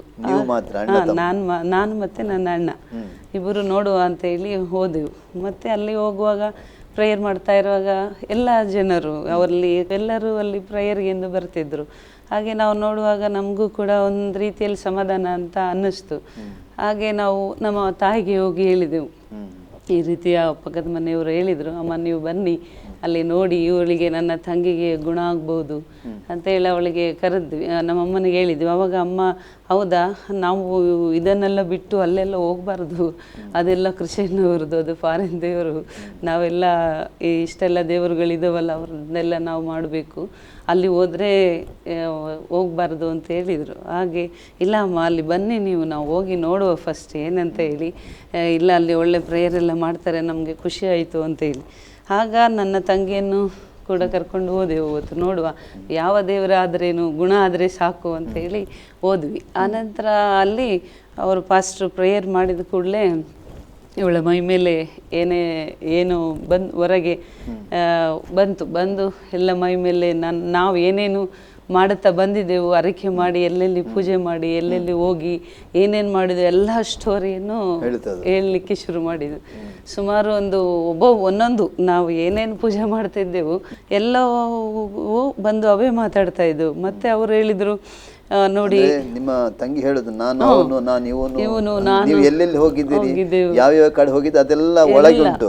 ಅದು ಹೇಳ್ತದೆ ನಾನು ಅವನು ನಾನು ಇವನು ಅಂತ ಹೇಳ್ತಾ ಇದೆ. ಸುಮಾರು ಒಂದು 29-30 ಇರ್ಬೋದು ಅಷ್ಟು ಹೆಸರುಗಳು. ಅಷ್ಟು ನಾನು ಅದಾದ ಅವತಾರ ತಾಳ್ಕೊಂಡು ನಾನು ಹಾಗೆ ಹೀಗೆ ಇವಳ ರಕ್ತ ಕುಡಿಲಿಕ್ಕೆ ಬಂದಿದ್ದೇನೆ, ಈ ಮನೆಯನ್ನು ತಕೊಂಡು ಹೋಗ್ಲಿಕ್ಕೆ ಬಂದಿದ್ದೇನೆ, ಮತ್ತೆ ನಮ್ಮ ರಿಲೇಷನ್ ಮಾಡಿಸಿದ್ದಾರೆ, ಹಾಗೆ ನಾನು ಇವರನ್ನು ಹಾಳು ಮಾಡಲಿಕ್ಕೆ ಬಂದಿದ್ದೇನೆ ಅಂತ ತುಂಬ ಮಾತಾಡ್ತು. ಅಂದ್ರೆ ನಿಮ್ಮ ಅಂದ್ರೆ ಅದರಲ್ಲಿ ನಂಬ್ತಾರೆ ಅಂದ್ರೆ ಮಂತ್ರ ಮಾಟ ಅಂದ್ರೆ ಆಗ್ತದೆ. ಕೆಲವೊಂದು ದುರಾತ್ಮಗಳನ್ನ ಹಿಡ್ಕೊಂಡು ಅದು ಮಂತ್ರ ಆಡೋದು ಮಾಟ ಮಾಡೋದು ಅಂತ ಹೇಳ್ತಾರೆ. ಅಂದ್ರೆ ಒಂದು ಫ್ಯಾಮಿಲಿ ನಾಶ ಮಾಡೋದಕ್ಕಾಗಿ ಒಂದು ಫ್ಯಾಮಿಲಿ ಏನಂದ್ರೆ ಕೆಲವರಿಗೆ ಅದೇ ಅಂದ್ರೆ ಯಾರು ಒಳ್ಳೇದಾದ್ರೆ ನೋಡ್ಲಿಕ್ಕೆ ಆಗೋಲ್ಲ. ಅಂದ್ರೆ ಕೆಲವರು ನಮಗಿಂತ ಮೇಲೆ ಬರ್ತಾರೆ ಏನಂತ ಅವರ ವಿರುದ್ಧವಾಗಿ ಏನಾದ್ರು ಮಾಡಿ ಕುಟುಂಬವನ್ನು ನಾಶ ಮಾಡಿ ಇದೆಲ್ಲ ಮಾಡುವಂಥದ್ದು ಕಾರ್ಯ ಇರ್ತದಲ್ಲ. ಆ ರೀತಿ ನಿಮ್ಮ ಫ್ಯಾಮಿಲಿ ಕೂಡ ನಾಶ ಮಾಡ್ಬೇಕಂತ ಪ್ಲಾನ್. ಹಾಗೆ ನಮಗೆ ಇದು ಬಾಯ್ ಬಿಟ್ಟೆಲ್ಲ ಹೇಳ್ತಾ ಇರುವಾಗ ನಮಗೆ ಗೊತ್ತಾಯಿತು, ನಮಗೆ ನಮ್ಮ ರಿಲೇಷನ್ ಮಾಟ ಮಂತ್ರ ಮಾಡಿದ್ದಾರೆ, ಹಾಗೆ ನಮ್ಮ ಮನೆಯಲ್ಲಿ ಈ ರೀತಿ ಆಗ್ತಾ ಇದೆ ಅಂತೇಳಿ. ಅನಂತರ ತುಂಬ ಎಲ್ಲ ಮತ್ತೆ ಅವರು ಪಾಸ್ಟರ್ ಪ್ರೇಯರ್ ಮಾಡುವಾಗ ಕೇಳಿದರು, ನಿನಗೆ ಎಲ್ಲಿ ಸ್ಥಳ, ನೀನು ಯಾರು ಎಲ್ಲ ಕೇಳುವಾಗ ನನಗೆ ನರಕ, ನನಗೆ ಬೆಂಕಿ, ನನಗೆ ತಡಿಲಿಕ್ಕೆ ಆಗೋದಿಲ್ಲ, ನಾನು ಇಲ್ಲಿರುವುದಿಲ್ಲ, ಹೋಗ್ತೇನೆ ಅಂತ ತುಂಬ ಕಿರ್ಚಾಡಿ ಯೇಸುವಿನ ಬಗ್ಗೆ ಕೂಡ ಅದು ಮಾತಾಡ್ತಾ ಇತ್ತು. ಅಂದರೆ ಅಲ್ಲಿ ನನ್ನನ್ನು ಇಲ್ಲಿ ನಿಲ್ಲಿಸ್ಬೇಡಿ, ಅವರ ಹತ್ರ ಅವರೇ ನಿಜವಾದ ದೇವರು, ಎಲ್ಲ ಈ ಒಂದು ಮನೆ ಶಕ್ತಿ ದುಷ್ಟಶಕ್ತಿಗಳು ಎಲ್ಲ ಸುವಾರ್ತೆ ಹೇಳಿದಾಗೇನೆ ಎಲ್ಲ ನಮಗೆ ಸತ್ಯತೆ ಪ್ರಕಟ ಆಗ್ತಾ ಇತ್ತು. ಅದೆಲ್ಲ ಕೇಳ್ತಾ ಇರುವಾಗ ತುಂಬ ನಮ್ಮ ಅಮ್ಮನಿಗೂ ಕ್ವಶನ್ ಆಯಿತು, ಏನು ನಾವೇನು ಪೂಜೆ ಮಾಡ್ತಾ ಇದ್ದೇವೆ, ನಾವೇನು ಅರಿಕೆ ಮಾಡ್ತೀವಿ, ನಮ್ಮ ತಾಯಿ ತುಂಬ ಭಕ್ತಿ ವ್ರತ ಅಂತೇಳಿ ತುಂಬ ಉಪವಾಸದೊಂದಿಗೆ ಪೂಜೆ ಮಾಡ್ತಾ ಇದ್ರು. ವಾರ ಒಂದು ಮನೆಯಲ್ಲಿ ಪೂಜೆ ಒಂದು ಹಬ್ಬದ ಹಾಗೆ ನಡೀತಾ ಇತ್ತು. ಆದರೆ ಏನು ನಮ್ಮ ಮನೆಯಲ್ಲಿ ಈ ರೀತಿಯಲ್ಲಿ ಕಷ್ಟ ಉಂಟಾಯಿತು, ಹಾಗಾದ್ರೆ ಏನು ಹೇಗೆ ಇದೆಲ್ಲ ವಿಷಯ ಅಂತ ಅವ್ರಿಗೆ ಒಂದು ಕ್ವಶನ್ ಆಯ್ತು. ಅನಂತರ ಭಕ್ತಿ ಕೂಡ ಇತ್ತು, ಭಯ ಕೂಡ ಗೊತ್ತಿಲ್ಲ ಅಷ್ಟೇ. ಅನಂತರ ಇವಳ ಮೈ ಮೇಲೆ ಬಂದಾಗ ಎಲ್ಲ ಹೇಳುವಾಗ ಇವರಿಗೆ ಏನಪ್ಪ ಇದು ಅಂತ ಸಂಶಯ ಆಯಿತು. ಅನಂತರ ಪ್ರೇಯರ್ ಪಾಸ್ಟರ್ ಪ್ರೇಯರ್ ಮಾಡಿ ಇದು ಮಾಡುವಾಗ ಸಂಪೂರ್ಣ ಎಲ್ಲ ಬಿಟ್ಟೋಯ್ತು. ಅವಳು ಚೆನ್ನಾಗಿ ನಾರ್ಮಲ್ ಆಗಿ ಎದ್ದು ಕೂತ್ಕೊಂಡ್ಲು. ಮತ್ತೆ ನಾವು ನೋಡುವ ಅಂತ ಇನ್ನು ಪ್ರೇಯರ್ ಮುಗೀತು, ಮನೆಗೆ ಹೋದ್ವಿ. ಪುನಃ ಮನೇಲಿ ನೋಡುವಾಗ ಅವಳು ಅವತ್ತೇನು ವಾಮಿಟ್ ಮಾಡಲೇ ಇಲ್ಲ ಬ್ಲಡ್. ಅನಂತರ ಪುನಃ ನಮಗೆ ಇದಾಯಿತು, ಏನಪ್ಪ ಈಗ ಏನು ಮಾಡೋದು, ನಮಗೆ ಗುಣ ಆಗಬೇಕು, ನಮಗೆ ಒಂದು ಸಮಾಧಾನ ಬೇಕು, ಸಂತೋಷ ಬೇಕು, ಇಷ್ಟೆಲ್ಲ ಕಷ್ಟ ಅನುಭವಿಸ್ಕೊಂಡು ಬಂದೇವಲ್ಲ ಅಂತೇಳಿ ತಂದೆ ತಾಯಿಗಳು ಏನು ಮಾಡಿದಳು. ತಂದೆ ಹೇಳಿದರು, ನಾವು ಅಲ್ಲಿಗೆ ಗುಣ ಆಯಿತು, ಈಗ ಅಲ್ಲಿಗೆ ಸಾಕು, ಅಲ್ಲಿ ಹೋಗೋದು ಬೇಡ, ಯಾಕೆಂದರೆ ಇಲ್ಲಿ ಊರಿನವರೆಲ್ಲ ನಮಗೆ ಇದು ಮಾಡ್ತಾರೆ, ಹಿಂದಿನಿಂದ ಆಗೋದಿಲ್ಲ ಅಂತೇಳಿ ಅವ್ರ ತಂದೆ ಇದು ಮಾಡಿದರು. ಆದರೂ ಮತ್ತೆ ನಾವು ವಾರ ಪ್ರೇಯರಿಗೆ ಹೋಗ್ತಾ ಇದ್ವಿ. ಆದರೆ ಪುನಃ ಸ್ವಲ್ಪ ಸಮಯ ಇರ್ತಿತ್ತು, ಚೆನ್ನಾಗಾಗ್ತಾ ಇದ್ಲು, ಮತ್ತೆ ಇದಾಗ್ತಾ ಇತ್ತು. ಆಮೇಲೆ ಪುನಃ ಫಾಸ್ಟ್ ಹೇಳಿದರು, ಸುವಾರ್ತೆ ಎಲ್ಲ ಹೇಳುವಾಗ ನಮಗೆ ಖುಷಿ ಆಯಿತು, ನಿಜವಾದ ದೇವರು ಯೇಸು ಸ್ವಾಮಿನೇ ಅಂತ ಹೇಳಿ ನಮ್ಮಮ್ಮ ವಾಕ್ಯ ಓದಲಿಕ್ಕೆ ಶುರು ಮಾಡಿದರು. ಹಾಗೆ ಅವ್ರಿಗೂ ಸಮಾಧಾನ ಆಯಿತು. ಮತ್ತು ತಂದೆಗೆ ಹೇಳಿದರು, ನಾವು ಕುಟುಂಬವಾಗಿ ಹೋಗೋಣ, ನಮಗೆ ಸಮಾಧಾನ ಇದೆ, ಸಂತೋಷ ಇದೆ, ನೋಡಿ ಏನೂ ಇಲ್ಲದೆ ದೇವರು ಗುಣ ಮಾಡಿದ್ದಾರೆ, ನಮಗೆ ಎಷ್ಟೆಷ್ಟೆಲ್ಲ ಕೊಂಡೋಗಿ ಕಡಿದು ನಾವು ಪೂಜೆ ಮಾಡಿ ಬರ್ತಿದ್ದೆವು. ಆಗಿರ್ಬೋದು, ಅವರಿಗೆ ಸಂಬಳ ಬರುವಂತ ಸಂಬಳ ಎಲ್ಲ ಅದಕ್ಕೆ ಲಕ್ಷಾಂತರ ರೂಪಾಯಿ ಅದಕ್ಕೆ ಹಾಕಿದ್ದಾರೆ, ಯಾರಿಗೂ ಗೊತ್ತು. ಹೌದು, ಇವು ಮಗಳಿಗೋಸ್ಕರ ಅವರು ದುಡಿದದ್ದೆಲ್ಲ ಅದಕ್ಕೇನಾಯ್ತು, ಯಾರಿಗೆ ಹಾಸ್ಪಿಟ್ಲಿಗೆ, ಮಂತ್ರವಾದಿಗಳಿಗೆ, ಅಲ್ಲಿ ಇಲ್ಲಿ ಪೂಜೆ ಗೀಜೆ ಅಂತ. ಆದ್ರೆ ಇಲ್ಲಿ ಫ್ರೀ ಹೌದು. ಹಾಗೆ ಬಂದಾಗ ಫ್ರೀ, ಅದಕ್ಕೆ ದುಡ್ಡು ಕೊಡ್ಲಿಕ್ಕಿಲ್ಲ. ಹೌದು. ಹಾಗೆ ಅವ್ರ ತಾಯಿ ತುಂಬಾ ಸಮಾಧಾನ ಆಯಿತು, ನಿಜವಾದ ದೇವರಂತ ಅವ್ರಿಗೆ ಮನಸ್ಸಿಗಾಯಿತು. ಹೋಗ್ತಾ ಇದ್ದೆವು, ಮತ್ತೆ ಹೋಗ್ತಾ ಒಂದು 6 ತಿಂಗಳಾಗುವ ತನಕ ತಂದೆ ಬರಲಿಲ್ಲ. ಅಂದರೆ ಒಂದು ಕಡೆ ಅವ್ರು ಹೇಳಿದರು, ಗುಣ ಆಗಬೇಕು, ಹೌದು ಆಯಿತು, ಆದರೆ ನಮ್ಮ ಸಮಾಜ ನಮ್ಮ ಇದನ್ನೆಲ್ಲ ಬಿಟ್ಟು, ಯಾಕೆಂದರೆ ತಂದೆ ಊರಿನಲ್ಲಿ ಒಂದು 7 ಹಳ್ಳಿಗೆ ಒಂದು ಜನಮೆಚ್ಚಿದ ಶಿಕ್ಷಕ ಅಂತೇಳಿ ಒಂದು ಅವಾರ್ಡ್ ಬೇರೆ ಬಂದಿತ್ತು. ಹಾಗೆ ಅವರು ಬರಲಿಕ್ಕಂತೂ ಕೇಳ್ತಾನೆ ಇರಲಿಲ್ಲ. ಹಾಗೆ ನಂತರ ಆವಾಗ ನಾವು ಪ್ರಾರ್ಥನೆ ಮಾಡ್ತಿದ್ದೆವು, ದೇವರ ಕೃಪೆಯಿಂದ ಅವಳು ಸಮಾಧಾನ ಆಗಿ ಏನು ಅವತ್ತಿಂದ ಬ್ಲಡ್ ವಾಮಿಟ್ ಆಗದೆ ಸಂಪೂರ್ಣ ನಿಂತೋಯ್ತು. ಆವಾಗ ಆಯಿತು ನಮಗೆ ನಿಜವಾದ ದೇವರು ಯಾರೆಂಬುದಾಗಿ ನಮ್ಮ ತಾಯಿ ಪ್ರಾರ್ಥನೆ ಮಾಡುತ್ತಾ, ವಾಕ್ಯ ಓದುತ್ತಾ ವಾರ ನಿಮ್ಗೆ ಅರ್ಥ ಆಯ್ತು ಯಾಕೆ ಯಾವ ರೀತಿ ಯಾತಕ್ಕಾಗಿ ಅವಳು ವಾಮಿಟ್ ಮಾಡ್ತಾಳೆ ಅಂತ? ಅದೇ ನಮ್ಗೆ ಅವಳೇ ಮೈ ಮೇಲೆ ಬಂದು ಬಂದ ನಂತರ ಹೇಳುವಾಗ ಅವ್ರು ಹೇಳುವಾಗ ನಮಗೆ ಅರ್ಥ ಆಯ್ತು, ನಿಮಗೆ ಸತ್ಯ ಗೊತ್ತಾಯ್ತು ಅವಾಗ. ಇದು ಬರುವಂತದ್ದು ಒಂದು ದುರಾತ್ಮಗಳಿಂದ ಅಂತ. ದುರಾತ್ಮಗಳಿಂದ. ಹಾಗೆ ಮಾಟ ಮಂತ್ರದಿಂದ ಬಂದು ನಾನು ಇವಳನ್ನು ಕೊಂಡೋಗ್ಲಿಕ್ಕೆ ಬಂದಿದ್ದೇನೆ, ರಕ್ತ ಕುಡಿಲಿಕ್ಕೆ ಬಂದಿದ್ದೇನೆ ಅಂತ ಹೇಳುವಾಗ ನಮ್ಗೆ ಅರ್ಥ ಆಯ್ತು. ಈಗ ನಾವೇನ್ ಪೂಜೆ ಮಾಡ್ತಾ ಇದ್ದೇವೋ ಮತ್ತೆ ಎಲ್ಲೆಲ್ಲಿ ಏನೇನಾಯ್ತು ಎಲ್ಲ ಸ್ಟೋರಿಯನ್ನು ಬಂತು. ಅವಾಗ ನಮ್ಗೆ ಅರ್ಥ ಆಯ್ತು ದೇವರು ಕೆಲಸ ಹೀಗೆ ಮಾಡ್ಲಿಕ್ಕೆ ಸಾಧ್ಯನಾ. ಈಗ ನೀವು ಹಾಸನದಲ್ಲಿದ್ರಿ, ಚರ್ಚಿಗೆ ಹೋಗ್ತಿದ್ರಿ, ನಿಮ್ಮ ಅಮ್ಮ ಎಲ್ಲ ಊರಿನಲ್ಲಿದ್ರು, ಇವಳು ನಿಮ್ಮ ತಂಗಿಯನ್ನು ಕರ್ಕೊಂಡವ್ರು ಹಾಸನಕ್ಕೆ ಚರ್ಚಿಗೆ ಬಂದಿದ್ರು. ನಿಮ್ಮ ಊರಿನಿಂದ ಹಾಸನಕ್ಕೆ ಎಷ್ಟು ದೂರ ಇದೆ? 30 ಕಿಲೋಮೀಟರ್. 30 ಕಿಲೋಮೀಟರ್. ಈಗ ನೀವು ಚರ್ಚಿಗೆ ಹೋಗುವಂತದ್ದು ನಿಮ್ಮ ನೆರೆಕೆರೆಯವರು, ನಿಮ್ಮ ಸಂಬಂಧ, ರಿಲೇಷನ್ ಅವರೆಲ್ಲ ನೋಡಿಲ್ವಾ? ನೋಡ್ತಾ ಇದ್ರು. ಅವ್ರು ಏನು ಹೇಳ್ತಿದ್ರು? ಅವ್ರು ಹೇಳ್ತಾ ಇದ್ರು ಅಂದ್ರೆ ಇವರು ಅಂದ್ರೆ ಹಳ್ಳಿಯಲ್ಲಿ ಅಷ್ಟೊಂದು ದೊಡ್ಡದಾಗಿ ಯೋಚನೆ ಮಾಡೋದಿಲ್ಲ ಅವರು. ಅವರನ್ನು ನಾವು ಊರಿನಲ್ಲಿ ಯಾವುದಕ್ಕೆ ಬರಬಾರ್ದು, ನೀರಿಗೆ ಹೋಗ್ಲಿಕ್ಕೆ ಇರ್ಲಿಲ್ಲ, ಮತ್ತೆ ನಮ್ಮ ತೋಟಕ್ಕೆ ಇನ್ನೊಬ್ರು ತೋಟದ ಮೇಲೆಯಿಂದ ದಾರಿ ಇತ್ತು, ಹಾಗೆ ಆ ದಾರಿಯಿಂದ ನಾವು ಹೋಗ್ಬಾರ್ದು, ಇವ್ರಿಗೆ ಏನು ಕೊಡಬಾರ್ದು ಊರಿನಲ್ಲಿ ಅಂತ ಹೇಳಿ ತುಂಬಾ ನಮ್ಗೆ ಒಂದು ಬಹಿಷ್ಕಾರ ರೀತಿಯಲ್ಲಿ ಆ ರೀತಿಯಲ್ಲಿ ವಿರೋಧತೆ ಮಾಡ್ತಾ ಇದ್ರು. ಆದರೆ ನಮಗೆ ನಿಜವಾದ ಸತ್ಯತೆ ಮನಸ್ಸಿಗೆ ಗೊತ್ತಾಯಿತು. ಆಗ ನಾವು ಯಾರೇನೇ ಹೇಳಿದ್ರು ನಾವು ಪ್ರಾರ್ಥನೆ ಮಾಡಲಿಕ್ಕಾಗಿ ಹೋಗ್ತಾ ಇದ್ದೆವು. ನಾವು ಹೇಳಿದ್ವಿ ದೇವರು ಒಬ್ಬನೇ, ಮಾತ್ರವಲ್ಲ ಇದರಲ್ಲಿ ಏನು ಜಾತಿ ಅಂತ ಅಲ್ಲ, ಅಥವಾ ಕೀಳ್ಜಾತಿ ಮೇಲ್ಜಾತಿ ಅಂತ ಅಲ್ಲ. ನಮಗೆ ದೇವರು ಅನ್ನೋರು ಈ ರೀತಿಯಲ್ಲಿ ನಮ್ಮನ್ನು ಕಷ್ಟಕ್ಕೆ ಒಳಪಡಿಸಿ ಇಷ್ಟೆಲ್ಲ ಆಗ್ತದ ಅಂತ ನಮ್ಮ ತಾಯಿಯವರ ಹತ್ರ ಮಾತನಾಡ್ತಾ ಇದ್ರು. ಹೀಗೆ ತುಂಬ ವಿರೋಧತೆ ಒಂದು 6 ತಿಂಗಳು, ವರ್ಷ ತನಕ ತುಂಬಾನೇ ಇತ್ತು. ಅಂದ್ರೆ ನೀವು ಚರ್ಚಿಗೆ ಹೋದ ನಂತರ ನಿಮಗೆ ಸತ್ಯ ಗೊತ್ತಾಯಿತು, ನೀವು ಯೇಸುಸ್ವಾಮಿಯನ್ನು ರಕ್ಷಕನಾಗಿ ಅಂಗೀಕಾರ ಮಾಡಿದ್ರ? ಒಂದು 6 ತಿಂಗಳ ನಂತರ ನಾವು ಸಂಪೂರ್ಣ ಅಂದ್ರೆ ಅಲ್ಲಿ ತನಕ ಸ್ವಲ್ಪ ತಿಳ್ಕೊಳ್ತಾ ಇದ್ವಿ. ನಿಮ್ಮ ಅಣ್ಣ ಮತ್ತೆ ನಾವು ಮತ್ತೆ ನನ್ನ ತಂಗಿಗೆ ಮತ್ತೆ ಬರ್ತಾ ಇದ್ರು. ಅಂದ್ರೆ ಒಂದೇ ಸಲ ಪ್ರೇಯರ್ ಮಾಡಿದ ಕೂಡಲೇ ಬ್ಲಡ್ ವಾಮಿಟ್ ನಿಂತು ಹೋಯ್ತಲ್ಲ, ಹಾಗೆ ನಮ್ಗೆ ಸಡನ್ ಒಂದು ಇದಾಯ್ತು. ಅಂದ್ರೆ ಎಷ್ಟು ಸುತ್ತಾಡಿದ್ವಿ ಇಷ್ಟು ವರ್ಷ, ಏನು ಆಗ್ಲಿಲ್ಲ, ಹುಡುಗಿ ಸಾಯ್ತಾನೆ ಇದ್ದಾಳಲ್ಲ ಅಂತ ಹೇಳಿ ನಮ್ಗೆ ಹೋಗ್ತಾ ಇರುವ ಇಲ್ಲಿ ಇದನ್ನೇನೋ ನಾವು ಬಿಡುಗಡೆ ಆಯ್ತು, ಒಂದು ಸಮಾಧಾನ ಆಯ್ತು, ಒಂದು ಸಂತೋಷ ಕೂಡ ನಿಮಗೆ ಒಳಗೆ ಬಂತಲ್ಲ. ಅಂದ್ರೆ ಎಷ್ಟು ವರ್ಷ ಎಲ್ಲೆಲ್ಲಿ ಅಳೆದಾಡಿ ಏನೇನು ಮಾಡಿ ಏನು ಪ್ರಯೋಜನ ಆಗ್ಲಿಲ್ಲ, ಅಂದ್ರೆ ಇಲ್ಲಿ ಬಂದ ತಕ್ಷಣ ಬಿಡುಗಡೆ ಆಯ್ತು, ಅವಳಿಗೆ ಸೌಖ್ಯ ಆಯ್ತು, ನಿಮ್ಗೂ ಕೂಡ ಮನಸ್ಸಿಗೆ ಒಂದು ಸಮಾಧಾನ ಆಯ್ತಲ್ಲ, ಹಾಗಾದ್ರೆ ಇಲ್ಲಿ ಸ್ಥಳಕ್ಕೆ ಹೋಗುವ ಅಂತ. ಹಾಗೆ ನೀವು 3 ಸ್ಟಾರ್ಟ್ ಮಾಡಿದ್ರಿ ಹೋಗ್ಲಿಕ್ಕೆ. ಹಾಗೆ ಹೋಗ್ತಾ ಇರುವಾಗ ಮತ್ತೆ ತಾಯಿಗೆ ಸಹ ಖುಷಿ ಆಯ್ತು, ಅವರು ಕೂಡ ನಮ್ಮ ಜೊತೆ ಬರ್ತಾ ಇದ್ರು. ಆಮೇಲೆ ತಾಯಿ ಸ್ವಲ್ಪ ಎಲ್ಲ ವಾಕ್ಯ ಓದಿ ಸ್ಟ್ರಾಂಗ್ ಆದ ನಂತರ ಮತ್ತೆ ತಂದೆಗೆ ಸ್ವಲ್ಪ ಕನ್ವಿನ್ಸ್ ಮಾಡಿ ಹೇಳಿದ್ರು, ಪ್ರೇಯರ್ ಮಾಡಿದ್ರು. ಆನಂತರ ಅವರು ಕೂಡ ಸರಿ ನಾನು ಅಂದ್ರೆ ಸಂಪೂರ್ಣವಾಗಿ ಅದು ಹೋಗ್ಬೇಕಂದ್ರೆ ನೀವು ಕೂಡ ಒಪ್ಪಿಸಿಕೊಡ್ಬೇಕು ಅಂತ ಹೇಳಿ ನಮ್ಗೆ ಆಯ್ತು. ಆಗ ಪಾಸ್ಟರ್ ಕೂಡ ನಮ್ಗೆ ಪಾಸ್ಟರ್ ಚಂದನ್ ಅಂತ ಹೇಳಿ ಹಾಸನಲ್ಲಿ. ಹಾಗೆ ತುಂಬ ತಂದೆಗೊಂದು ತುಂಬ ಕ್ವಶನ್ ಇತ್ತು ಎಲ್ಲ, ಅದಕ್ಕೆ ದೇವರವರ ಸಂಗಡ ಮಾತಾಡಿದ್ರು.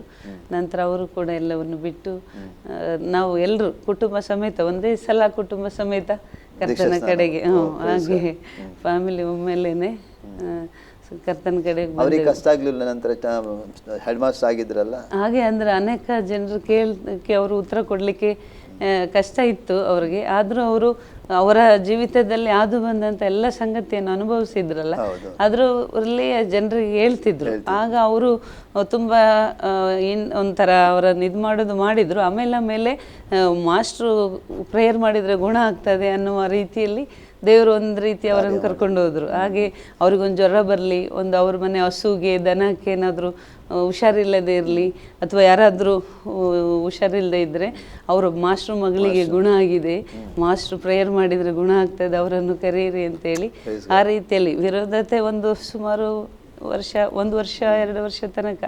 ನಂತರ ನಮ್ಮನ್ನು ದೇವರು ಅಲ್ಲಿ ತಂದೆ ಅನೇಕ ಅವರ ಕೊಲೀಗ್ಸ್ಗಳಲ್ಲಿ ಎಲ್ಲ ಒಂದು ರೀತಿಯಲ್ಲಿ ದೇವರು ಸಮಾಧಾನದಲ್ಲಿ ಅವರು ಸುವಾರ್ತೆ ಹೇಳುವ ಹಾಗೆ ಧೈರ್ಯ ದೇವರು ಅವರಿಗೆ ಕೊಟ್ಟರು. ಸ್ಕೂಲ್ಗೆ ಮಾಸ್ಟರ್, ಮಕ್ಕಳಿಗೆ ಮಾಸ್ಟರ್ ಆದ ಮಾಸ್ಟರ್ ಮತ್ತೆ ಊರಿಗೆ ಮಾಸ್ಟರ್ ಆಗಿಬಿಟ್ರು. ಅಂದ್ರೆ ಏನು ಎಲ್ಲಿ ಸಮಸ್ಯೆ ಆಗ್ತದೆ, ಎಲ್ಲಿ ಬರ್ತದೆ, ಅಲ್ಲಿ ಜನರು ಬಂದು ಕರ್ಕೊಂಡು ಹೋಗಿ ಪ್ರೇಯರ್ ಮಾಡ್ತಿದ್ರು. ದೇವರು ಕೂಡ ಅದ್ಭುತವಾಗಿ ಅಲ್ಲಿ ಗುಣ ಹೊಂದುತ್ತಾ ಇದ್ರು ಅವರು. ಹಾಗೆ ಅವ್ರ ಜೊತೆಯಲ್ಲಿ ಚರ್ಚ್ಗೆ ಕೂಡ ಜನರು ಬರ್ತಿದ್ರು ಅವ್ರ ಜೊತೆಯಲ್ಲಿ. ಹಾಗೆ ದೇವರ ಆ ರೀತಿ ಅವರನ್ನು ನಡೆಸಿದ್ರು. ಹಾಗೆ ನಮ್ಮ ಕುಟುಂಬ ಊರಿನಲ್ಲಿ ಒಳ್ಳೆಯ ರೀತಿಯಲ್ಲಿ ಅವರು ಒಂದು ದೇಶವನ್ನು ನಂಬಿದ್ದಾರೆ, ಅವ್ರಿಗೇನು ತೊಂದರೆ ಇಲ್ಲ ಅಂದರೆ ಅವರನ್ನು ನಾವು ಹೋಗಿ ಜನರಿಗೆ ಕೂಡ ಒಂದು ನಿಮ್ಮ ಮೇಲೆ ಗೌರವ ಬಂತು. ಪ್ರಾರಂಭದಲ್ಲಿ ಇರ್ಲಿಲ್ಲ, ಯಾಕಂದ್ರೆ ಜನರಿಗೆ ಕೂಡ ಸತ್ಯ ಗೊತ್ತಿರಲಿಲ್ಲ. ಜನರು ಒಬ್ಬೊಬ್ಬರು ಒಂದೊಂದು ರೀತಿ ಮಾತಾಡ್ತಾರೆ, ಅದಕ್ಕಾಗಿ ಗೊತ್ತಾಗ್ಲಿಲ್ಲ. ಆದ್ರೆ ನಂತರ ಜನರಿಗೆ ಗೊತ್ತಾಯ್ತು ಅಂದ್ರೆ ನೀವು ಒಂದು ಒಳ್ಳೆ ರೀತಿ ಇದ್ದೀರಿ ಅಂತ. ಆ ರೀತಿ ಸಿಸ್ಟರ್. ಮತ್ತೆ ನೀವು ರಕ್ಷಣೆ ಹೊಂದಿದ ನಂತರ ನೀವು ಚರ್ಚಿಗೆ ಹೋಗ್ಲಿಕ್ಕೆ ಪ್ರಾರಂಭ ಮಾಡಿ. ಮತ್ತೆ ನೀವು ಮದುವೆ ಆಯ್ತು ಯಾವಾಗ ಆಯ್ತು ಸಿಸ್ಟರ್? ನಾವು ಅದೇ ಒಂದು ರಕ್ಷಣೆಗೆ ಬಂದು ಒಂದು 5-6 ವರ್ಷ ಕಳೀತು. ನಂತರ ನಾವು ಅಷ್ಟರಲ್ಲಿ ನಾವು ಪ್ರಾರ್ಥನೆಯಲ್ಲಿ ಇದರಲ್ಲೆಲ್ಲ ಸ್ಟ್ರಾಂಗ್ ಆದೆವು. ಮತ್ತು ಅದಕ್ಕಿಂತ ಮುಂಚೆ ಊರಿನಲ್ಲೂ ಕೂಡ ಹೇಳ್ತಾ ಇದ್ರು, ಮಾಸ್ಟ್ರಿಗೆ ಈಗ ಗೊತ್ತಾಗೋದಿಲ್ಲ, ಮಕ್ಕಳನ್ನು ಮದುವೆ ಮಾಡುವಾಗ ಗೊತ್ತಾಗ್ತದೆ, ಅವರನ್ನು ಯಾರು ಮದುವೆ ಆಗ್ತಾರೆ ಹಾಗೆ ಹೀಗೆ ಅಂತ ತುಂಬಾ ಅವರು ಸಹಜವಾಗಿ ಪ್ರಶ್ನೆ ಅಂದ್ರೆ ಒಂದು ಜನರ ಪ್ರಶ್ನೆಗನುಸಾರ ಕೆಲವರಿಗೆ ನಂಬಿಕೆ ಹಿಂಜರಿಯುವಂಥ ಕೆಲವು ಸಮಸ್ಯೆ ಇರ್ತದೆ. ನಾವು ಅನೇಕ ನೋಡ್ತೇವೆ. ನಿನ್ನೆ ಒಂದು ನನಗೆ ಬೀದರ್ನಿಂದ ಒಂದು ಫೋನ್ ಬಂತು. ಬೀದರ್ನಿಂದ ಫೋನ್ ಬರುವಾಗ ನಾನು ಅವರು ಕೂಡ ಅವರ ತುಂಬ ಸಮಸ್ಯೆ ಇದೆ ಕುಟುಂಬದಲ್ಲಿ, ತುಂಬ ಸಮಸ್ಯೆ ಅಂದರೆ ದುಡ್ಡು ಬರ್ತದೆ, ಎಲ್ಲ ಬರ್ತದೆ, ಅದರ ಸಮಸ್ಯೆ ಅಂದರೆ ಹೇಗೆ ದುಡ್ಡು ಹೋಗ್ತದೆ, ರೋಗಗಳು ಕುಟುಂಬದ. ನಾನು ಹೇಳಿದೆ ಸ್ವಾಮಿ ನಂಬಿ. ಅದಕ್ಕೆ ಅವ್ರು ಹೇಳ್ತಾರೆ, ನಂಬಿದ್ರೆ ನಮಗೆ ಊರಿನಲ್ಲಿ ಬಯಸ್ಕಾರ ಆಗ್ತಾರೆ, ನಮ್ಗೆ ಯಾರು ಕೊಡೋದಿಲ್ಲ, ನಮ್ಮ ಹತ್ತಿರ ಯಾರು ನಮ್ಗೆ ಯಾವುದಕ್ಕೂ ಕರೆಯೋದಿಲ್ಲ ಕಡೆಗೆ ಅಂತ. ಆಯಿತು, ಅದು ಆಯಿತು, ಯಾರು ಕರೆಯೋದಿಲ್ಲ ಚಿಂತೆ. ನಿಮ್ಮ ಮನೆಯಲ್ಲಿ ಸಮಸ್ಯೆ ಯಾರು ಸರಿ ಮಾಡ್ತಾರೆ? ನಿಮ್ಮ ಒಳಗಿರುವಂಥ ಈ ರೋಗಗಳು ಯಾರು ಸರಿ ಮಾಡ್ತಾರೆ? ಅದನ್ನು ನೋಡಿ. ನೀವು ಅದಕ್ಕೆ ಹೇಳಿದೆ, ನಾನು ಸತ್ಯ ಅಂತ ತಿಳ್ಕೊಳ್ಳಿ, ಯಾಕಂದ್ರೆ ನಾನು ಯಾವುದೂ ಹೇಳೋದಿಲ್ಲ. ದೇವ್ರ ವಾಕ್ಯ ತಿಳ್ಕೊಳ್ಳಿ, ಅದು ನಿಮಗೆ ಬಿಡುಗಡೆ ಇದೆ, ಅದು ನಿಮಗೆ ಏನಿದೆ ಆರೋಗ್ಯ ಇದೆ. ನೋಡ್ತೇವೆ ಸರ್ ಅಂತಂದರೆ ಜನರಿಗೆ ಭಯ, ಅಂದರೆ ಆ ರೀತಿ ಭಯಪಡಿಸ್ತಾರೆ. ಈಗ ನಾನು ಕೂಡ ರೋಮನ್ ಕ್ಯಾಥಲಿಕ್ದಿಂದ ರಕ್ಷಣೆ ಹೊಂದಿದ್ದು. ಅನೇಕ ಸರ್ತಿ ನಮಗೆ ಭಯಪಡಿಸಿ, ಏನಂದ್ರೆ ನಿಮಗೆ ಗೋರಿ ಇದೇನಾ, ನಿಮಗೆ ಸ್ಮಶಾನ ಗೋರಿ ಉಂಟಾ, ನಿಮಗೆ ಮದುವೆ ಉಂಟಾ, ಮಕ್ಕಳಿಗೆ ಮದುವೆ, ಅದೆಲ್ಲ ಹೇಳಲಿಕ್ಕೆ ಪ್ರಾರಂಭ ಮಾಡೋದು. ಆದರೆ ದೇವರಿಗೆ ಸ್ತೋತ್ರ, ನಾವು ಆ ನಂಬಿಕೆಯಲ್ಲಿ ರಕ್ಷಣೆಯಲ್ಲಿ ಸ್ಥಿರವಾಗಿ ನಿಂತ ನಮಗೆ ಯಾರಿಗೇನು ಮಾಡಲಿಕ್ಕೆ ಆಗೋಲ್ಲ. ಯಾಕಂದರೆ ನಾವು ಜನರಿಗೆ ಇವರನ್ನು ಹೇಳುವಂಥದ್ದು ನೋಡಿ ಭಯಪಡ್ತೇವೆ. ಅಂದರೆ ಅವ್ರು ಹೇಳುವಾಗ ನಮ್ಗೆ ಒಂದು ಸರ್ತಿ ಏನಾಗುತ್ತೆ, ಹೌದು ಇದೆಲ್ಲ ಉಂಟಲ್ಲ, ಇದೆಲ್ಲ ಇಲ್ಲ ಅಲ್ಲ ಅಂತ. ಆದರೆ ಖಂಡಿತವಾಗಿ ನಮಗೆಲ್ಲ ಇದೆ. ಅವರು ಒಂದು ವೇಳೆ ಬಿಟ್ಟರು ಕೂಡ ದೇವರು ನಮ್ಮನ್ನು ಹೇಗಾದರೂ ಮಾಡಿ ನಡೆಸ್ತಾನೆ. ದೇವರು ಖಂಡಿತ ಕೈ ಬಿಡೋದಿಲ್ಲ. ಕರೆದಾತನು ಯಾವಾಗಲೂ ಅದನ್ನು ನಂಬಿಗಸ್ತಾನು, ಆ ತನ್ನ ಕಾರ್ಯವನ್ನು ಸಾಧಿಸ್ತಾನೆ. ವಾಕ್ಯ ಹೇಳಿದೆ, ಕರೆದ ಸುಮ್ಮನೆ ಕರೆಯೋದಿಲ್ಲ. ಈಗ ನೀವು ರಕ್ಷಣೆ ಬಂದ ಸುಮ್ಮನೆ ಅಲ್ಲ, ಯಾಕಂದ್ರೆ ದೇವರ ಉದ್ದೇಶ ಇಲ್ಲ, ನೀವು ಅಲ್ಲಿ ಕರ್ತ ಯೇಸುಸ್ವಾಮಿನ ಕಂಡುಕೊಳ್ಳಲಿಕ್ಕೆ ಸಾಧ್ಯವಿಲ್ಲ ಅಲ್ಲ. ಆ ರೀತಿ. ಮತ್ತೆ ಹೇಳಿ ಸಿಸ್ಟರ್, ಮುಂದೆ ಏನಾಯಿತು? ಹಾಗೆ ಮದುವೆಗೆ ನೋಡಬೇಕೆಂದು ಯೋಚನೆ ಮಾಡಿದರು. ಆವಾಗ ಹಾಗೆ ಜನರು ಹೇಳೋದು ತಾಯಿಗೆ ಸ್ವಲ್ಪ ನೆನಪಿನಲ್ಲಿ ಇತ್ತು, ಹೀಗೆ ಹೇಳುವಾಗ ಹೌದು ಅಂತ, ಮಾಡ್ತಾರೆ ಎಂದು. ಆದರೆ ದೇವರು ಅದ್ಭುತವಾಗಿ ಇನ್ನೂ ನಮಗೆ ಪ್ರಾಯ ಹೆಚ್ಚಾಗಲಿಲ್ಲ, 20 ವರ್ಷಕ್ಕೇನೆ ಹುಡುಗ ಅದು ದೇವರು ಒದಗಿಸಿದ್ರು. ಹಾಗೆ ಬೇಗ ಮದುವೆ ಮಾಡಿದರು. ನಂತರ ನಾನಾಗಿ 1 ವರ್ಷಕ್ಕೆ ಅಣ್ಣನಿಗೂ ದೇವರು ಒಳ್ಳೆ ಕಡೆನೇ ಒದಗಿಸಿದನು. ಮತ್ತು ನಾನಾಗಿ ನನ್ನ ತಂಗಿ 22 ವರ್ಷ ಆಯಿತು. ಆಗ ಅವಳಿಗೆ 22 ವರ್ಷ ಆಗುವಲ್ಲಿ ಅಂದರೆ ಹಳ್ಳಿಯಲ್ಲಿ ಸ್ವಲ್ಪ ಹೆಣ್ಮಕ್ಳಿಗೆ ಬೇಗ ಮದುವೆ ಮಾಡೋದು. ಹಾಗೆ ಇನ್ನೂ ಈಗ ಒಂದಕ್ಕೆ ಮಾಡಿದ್ದಾರೆ, ಇನ್ನೊಂದು ಮಗಳಿಗೆ ನೋಡಬೇಕು ಅವ್ರು ಯೇಸುಸ್ವಾಮಿ ಏನು ಮಾಡ್ತಾರೆ ಎಂದು ಜನರು ಒಂದು ರೀತಿಯಲ್ಲಿ ಮಾತಾಡ್ತಿದ್ರು. ಆದರೂ ಅವಳಿಗೂ 22 ವರ್ಷದೊತ್ತಿಗೆ ದೇವರು ಅವಳಿಗೂ ಒದಗಿಸಿದರು. ಒಳ್ಳೊಳ್ಳೆ ಕಡೆಯೇ ದೇವರು ಕೊಟ್ಟನು. ಅವರು ಯಾರ್ಯಾರಂದರೆ ನನ್ನ ತಂಗಿ ಗಂಡ ಕೂಡ ಸೇವೆ ಮಾಡುವಂಥವರನ್ನು ಒದಗಿಸಿದ, ಅಣ್ಣ ಕೂಡ ಸೇವೆ ಮಾಡುವಂತೆ ಇದ್ದಾರೆ, ತಮ್ಮ ಮಾತ್ರ ಲೆಕ್ಚರ್ ಆಗಿ ಕೆಲಸ ಮಾಡ್ತಾ ಇದ್ದಾನೆ. ಹೀಗೆ ದೇವರ ಸೇವೆಯಲ್ಲಿ ಇರುವಂಥವ್ರನ್ನೇ ದೇವರು ಅದ್ಭುತವಾಗಿ, ನನಗೂ ದೇವರ ಸೇವೆಯಲ್ಲಿ ಇರುವಂಥ ಸೇವಕನನ್ನೇ ದೇವರು ಕೊಟ್ಟನು. ಹಾಗೆ ಅದ್ಭುತವಾಗಿ ಜನರು ಇನ್ನೂ ನಮ್ಮ ಊರಿನಲ್ಲಿ ನಮ್ಗಿಂತ ದೊಡ್ಡವರು 25-28 ವರ್ಷ ಆಗುವ ತನಕ ಇನ್ನು ಅವರಿಗೆ ಮದುವೆ ಆಗಲಿಲ್ಲ. ಆದರೆ ಯಾರು ನಮಗೆ ಹೇಳಿದ್ರು ಅವರ ಮುಂದೆ ದೇವರು ಅದ್ಭುತವಾಗಿ, ಓ ಮೇಷ್ಟ್ರು ಇಷ್ಟು ಬೇಗ ಮದುವೆ ಮಾಡ್ತಾರೆ ಅನ್ಕೊಳ್ಳಿಲ್ಲ, ಅವರ ದೇವರು ಜೀವಿಸ್ತಾರಂತೆ, ಅವರ ದೇವರು ಸಹಾಯ ಮಾಡಿದಾರಂತೆ. ವೈರಿಗಳ ಮುಂದೆ ಅವತನ್ನು ಸಿದ್ಧಪಡಿಸ್ತಾರೆ ಅಂದ್ರೆ ವೈರಿಗಳಲ್ಲ, ಆದ್ರೆ ಅವರ ಮಾತಿನ ಚುಚ್ಚುವಿಕೆಯಿಂದ ದೇವರು ನೋಡಿ ಹೇಗೆ ನಿಮ್ಮನ್ನು ಗೌರವಿಸ್ತಾನಲ್ಲ. ಖಂಡಿತವಾಗಿ. ಮತ್ತೆ ನೀವು ಮದುವೆ ಎಲ್ಲಿ ಮದುವೆ ಆಯ್ತು ನಿಮಗೆ? ಮದುವೆ ನಾವು ಹಾಸನಲ್ಲಿರುವಾಗಲೇ ಆಯಿತು. ನಂತರ ಅವರು ನನ್ನ ಮದುವೆ ಆಗುವವರು ಕೂಡ ಸೇವೆಯಲ್ಲಿದ್ದರು ಆಲ್ರೆಡಿ 1 ಇಯರ್.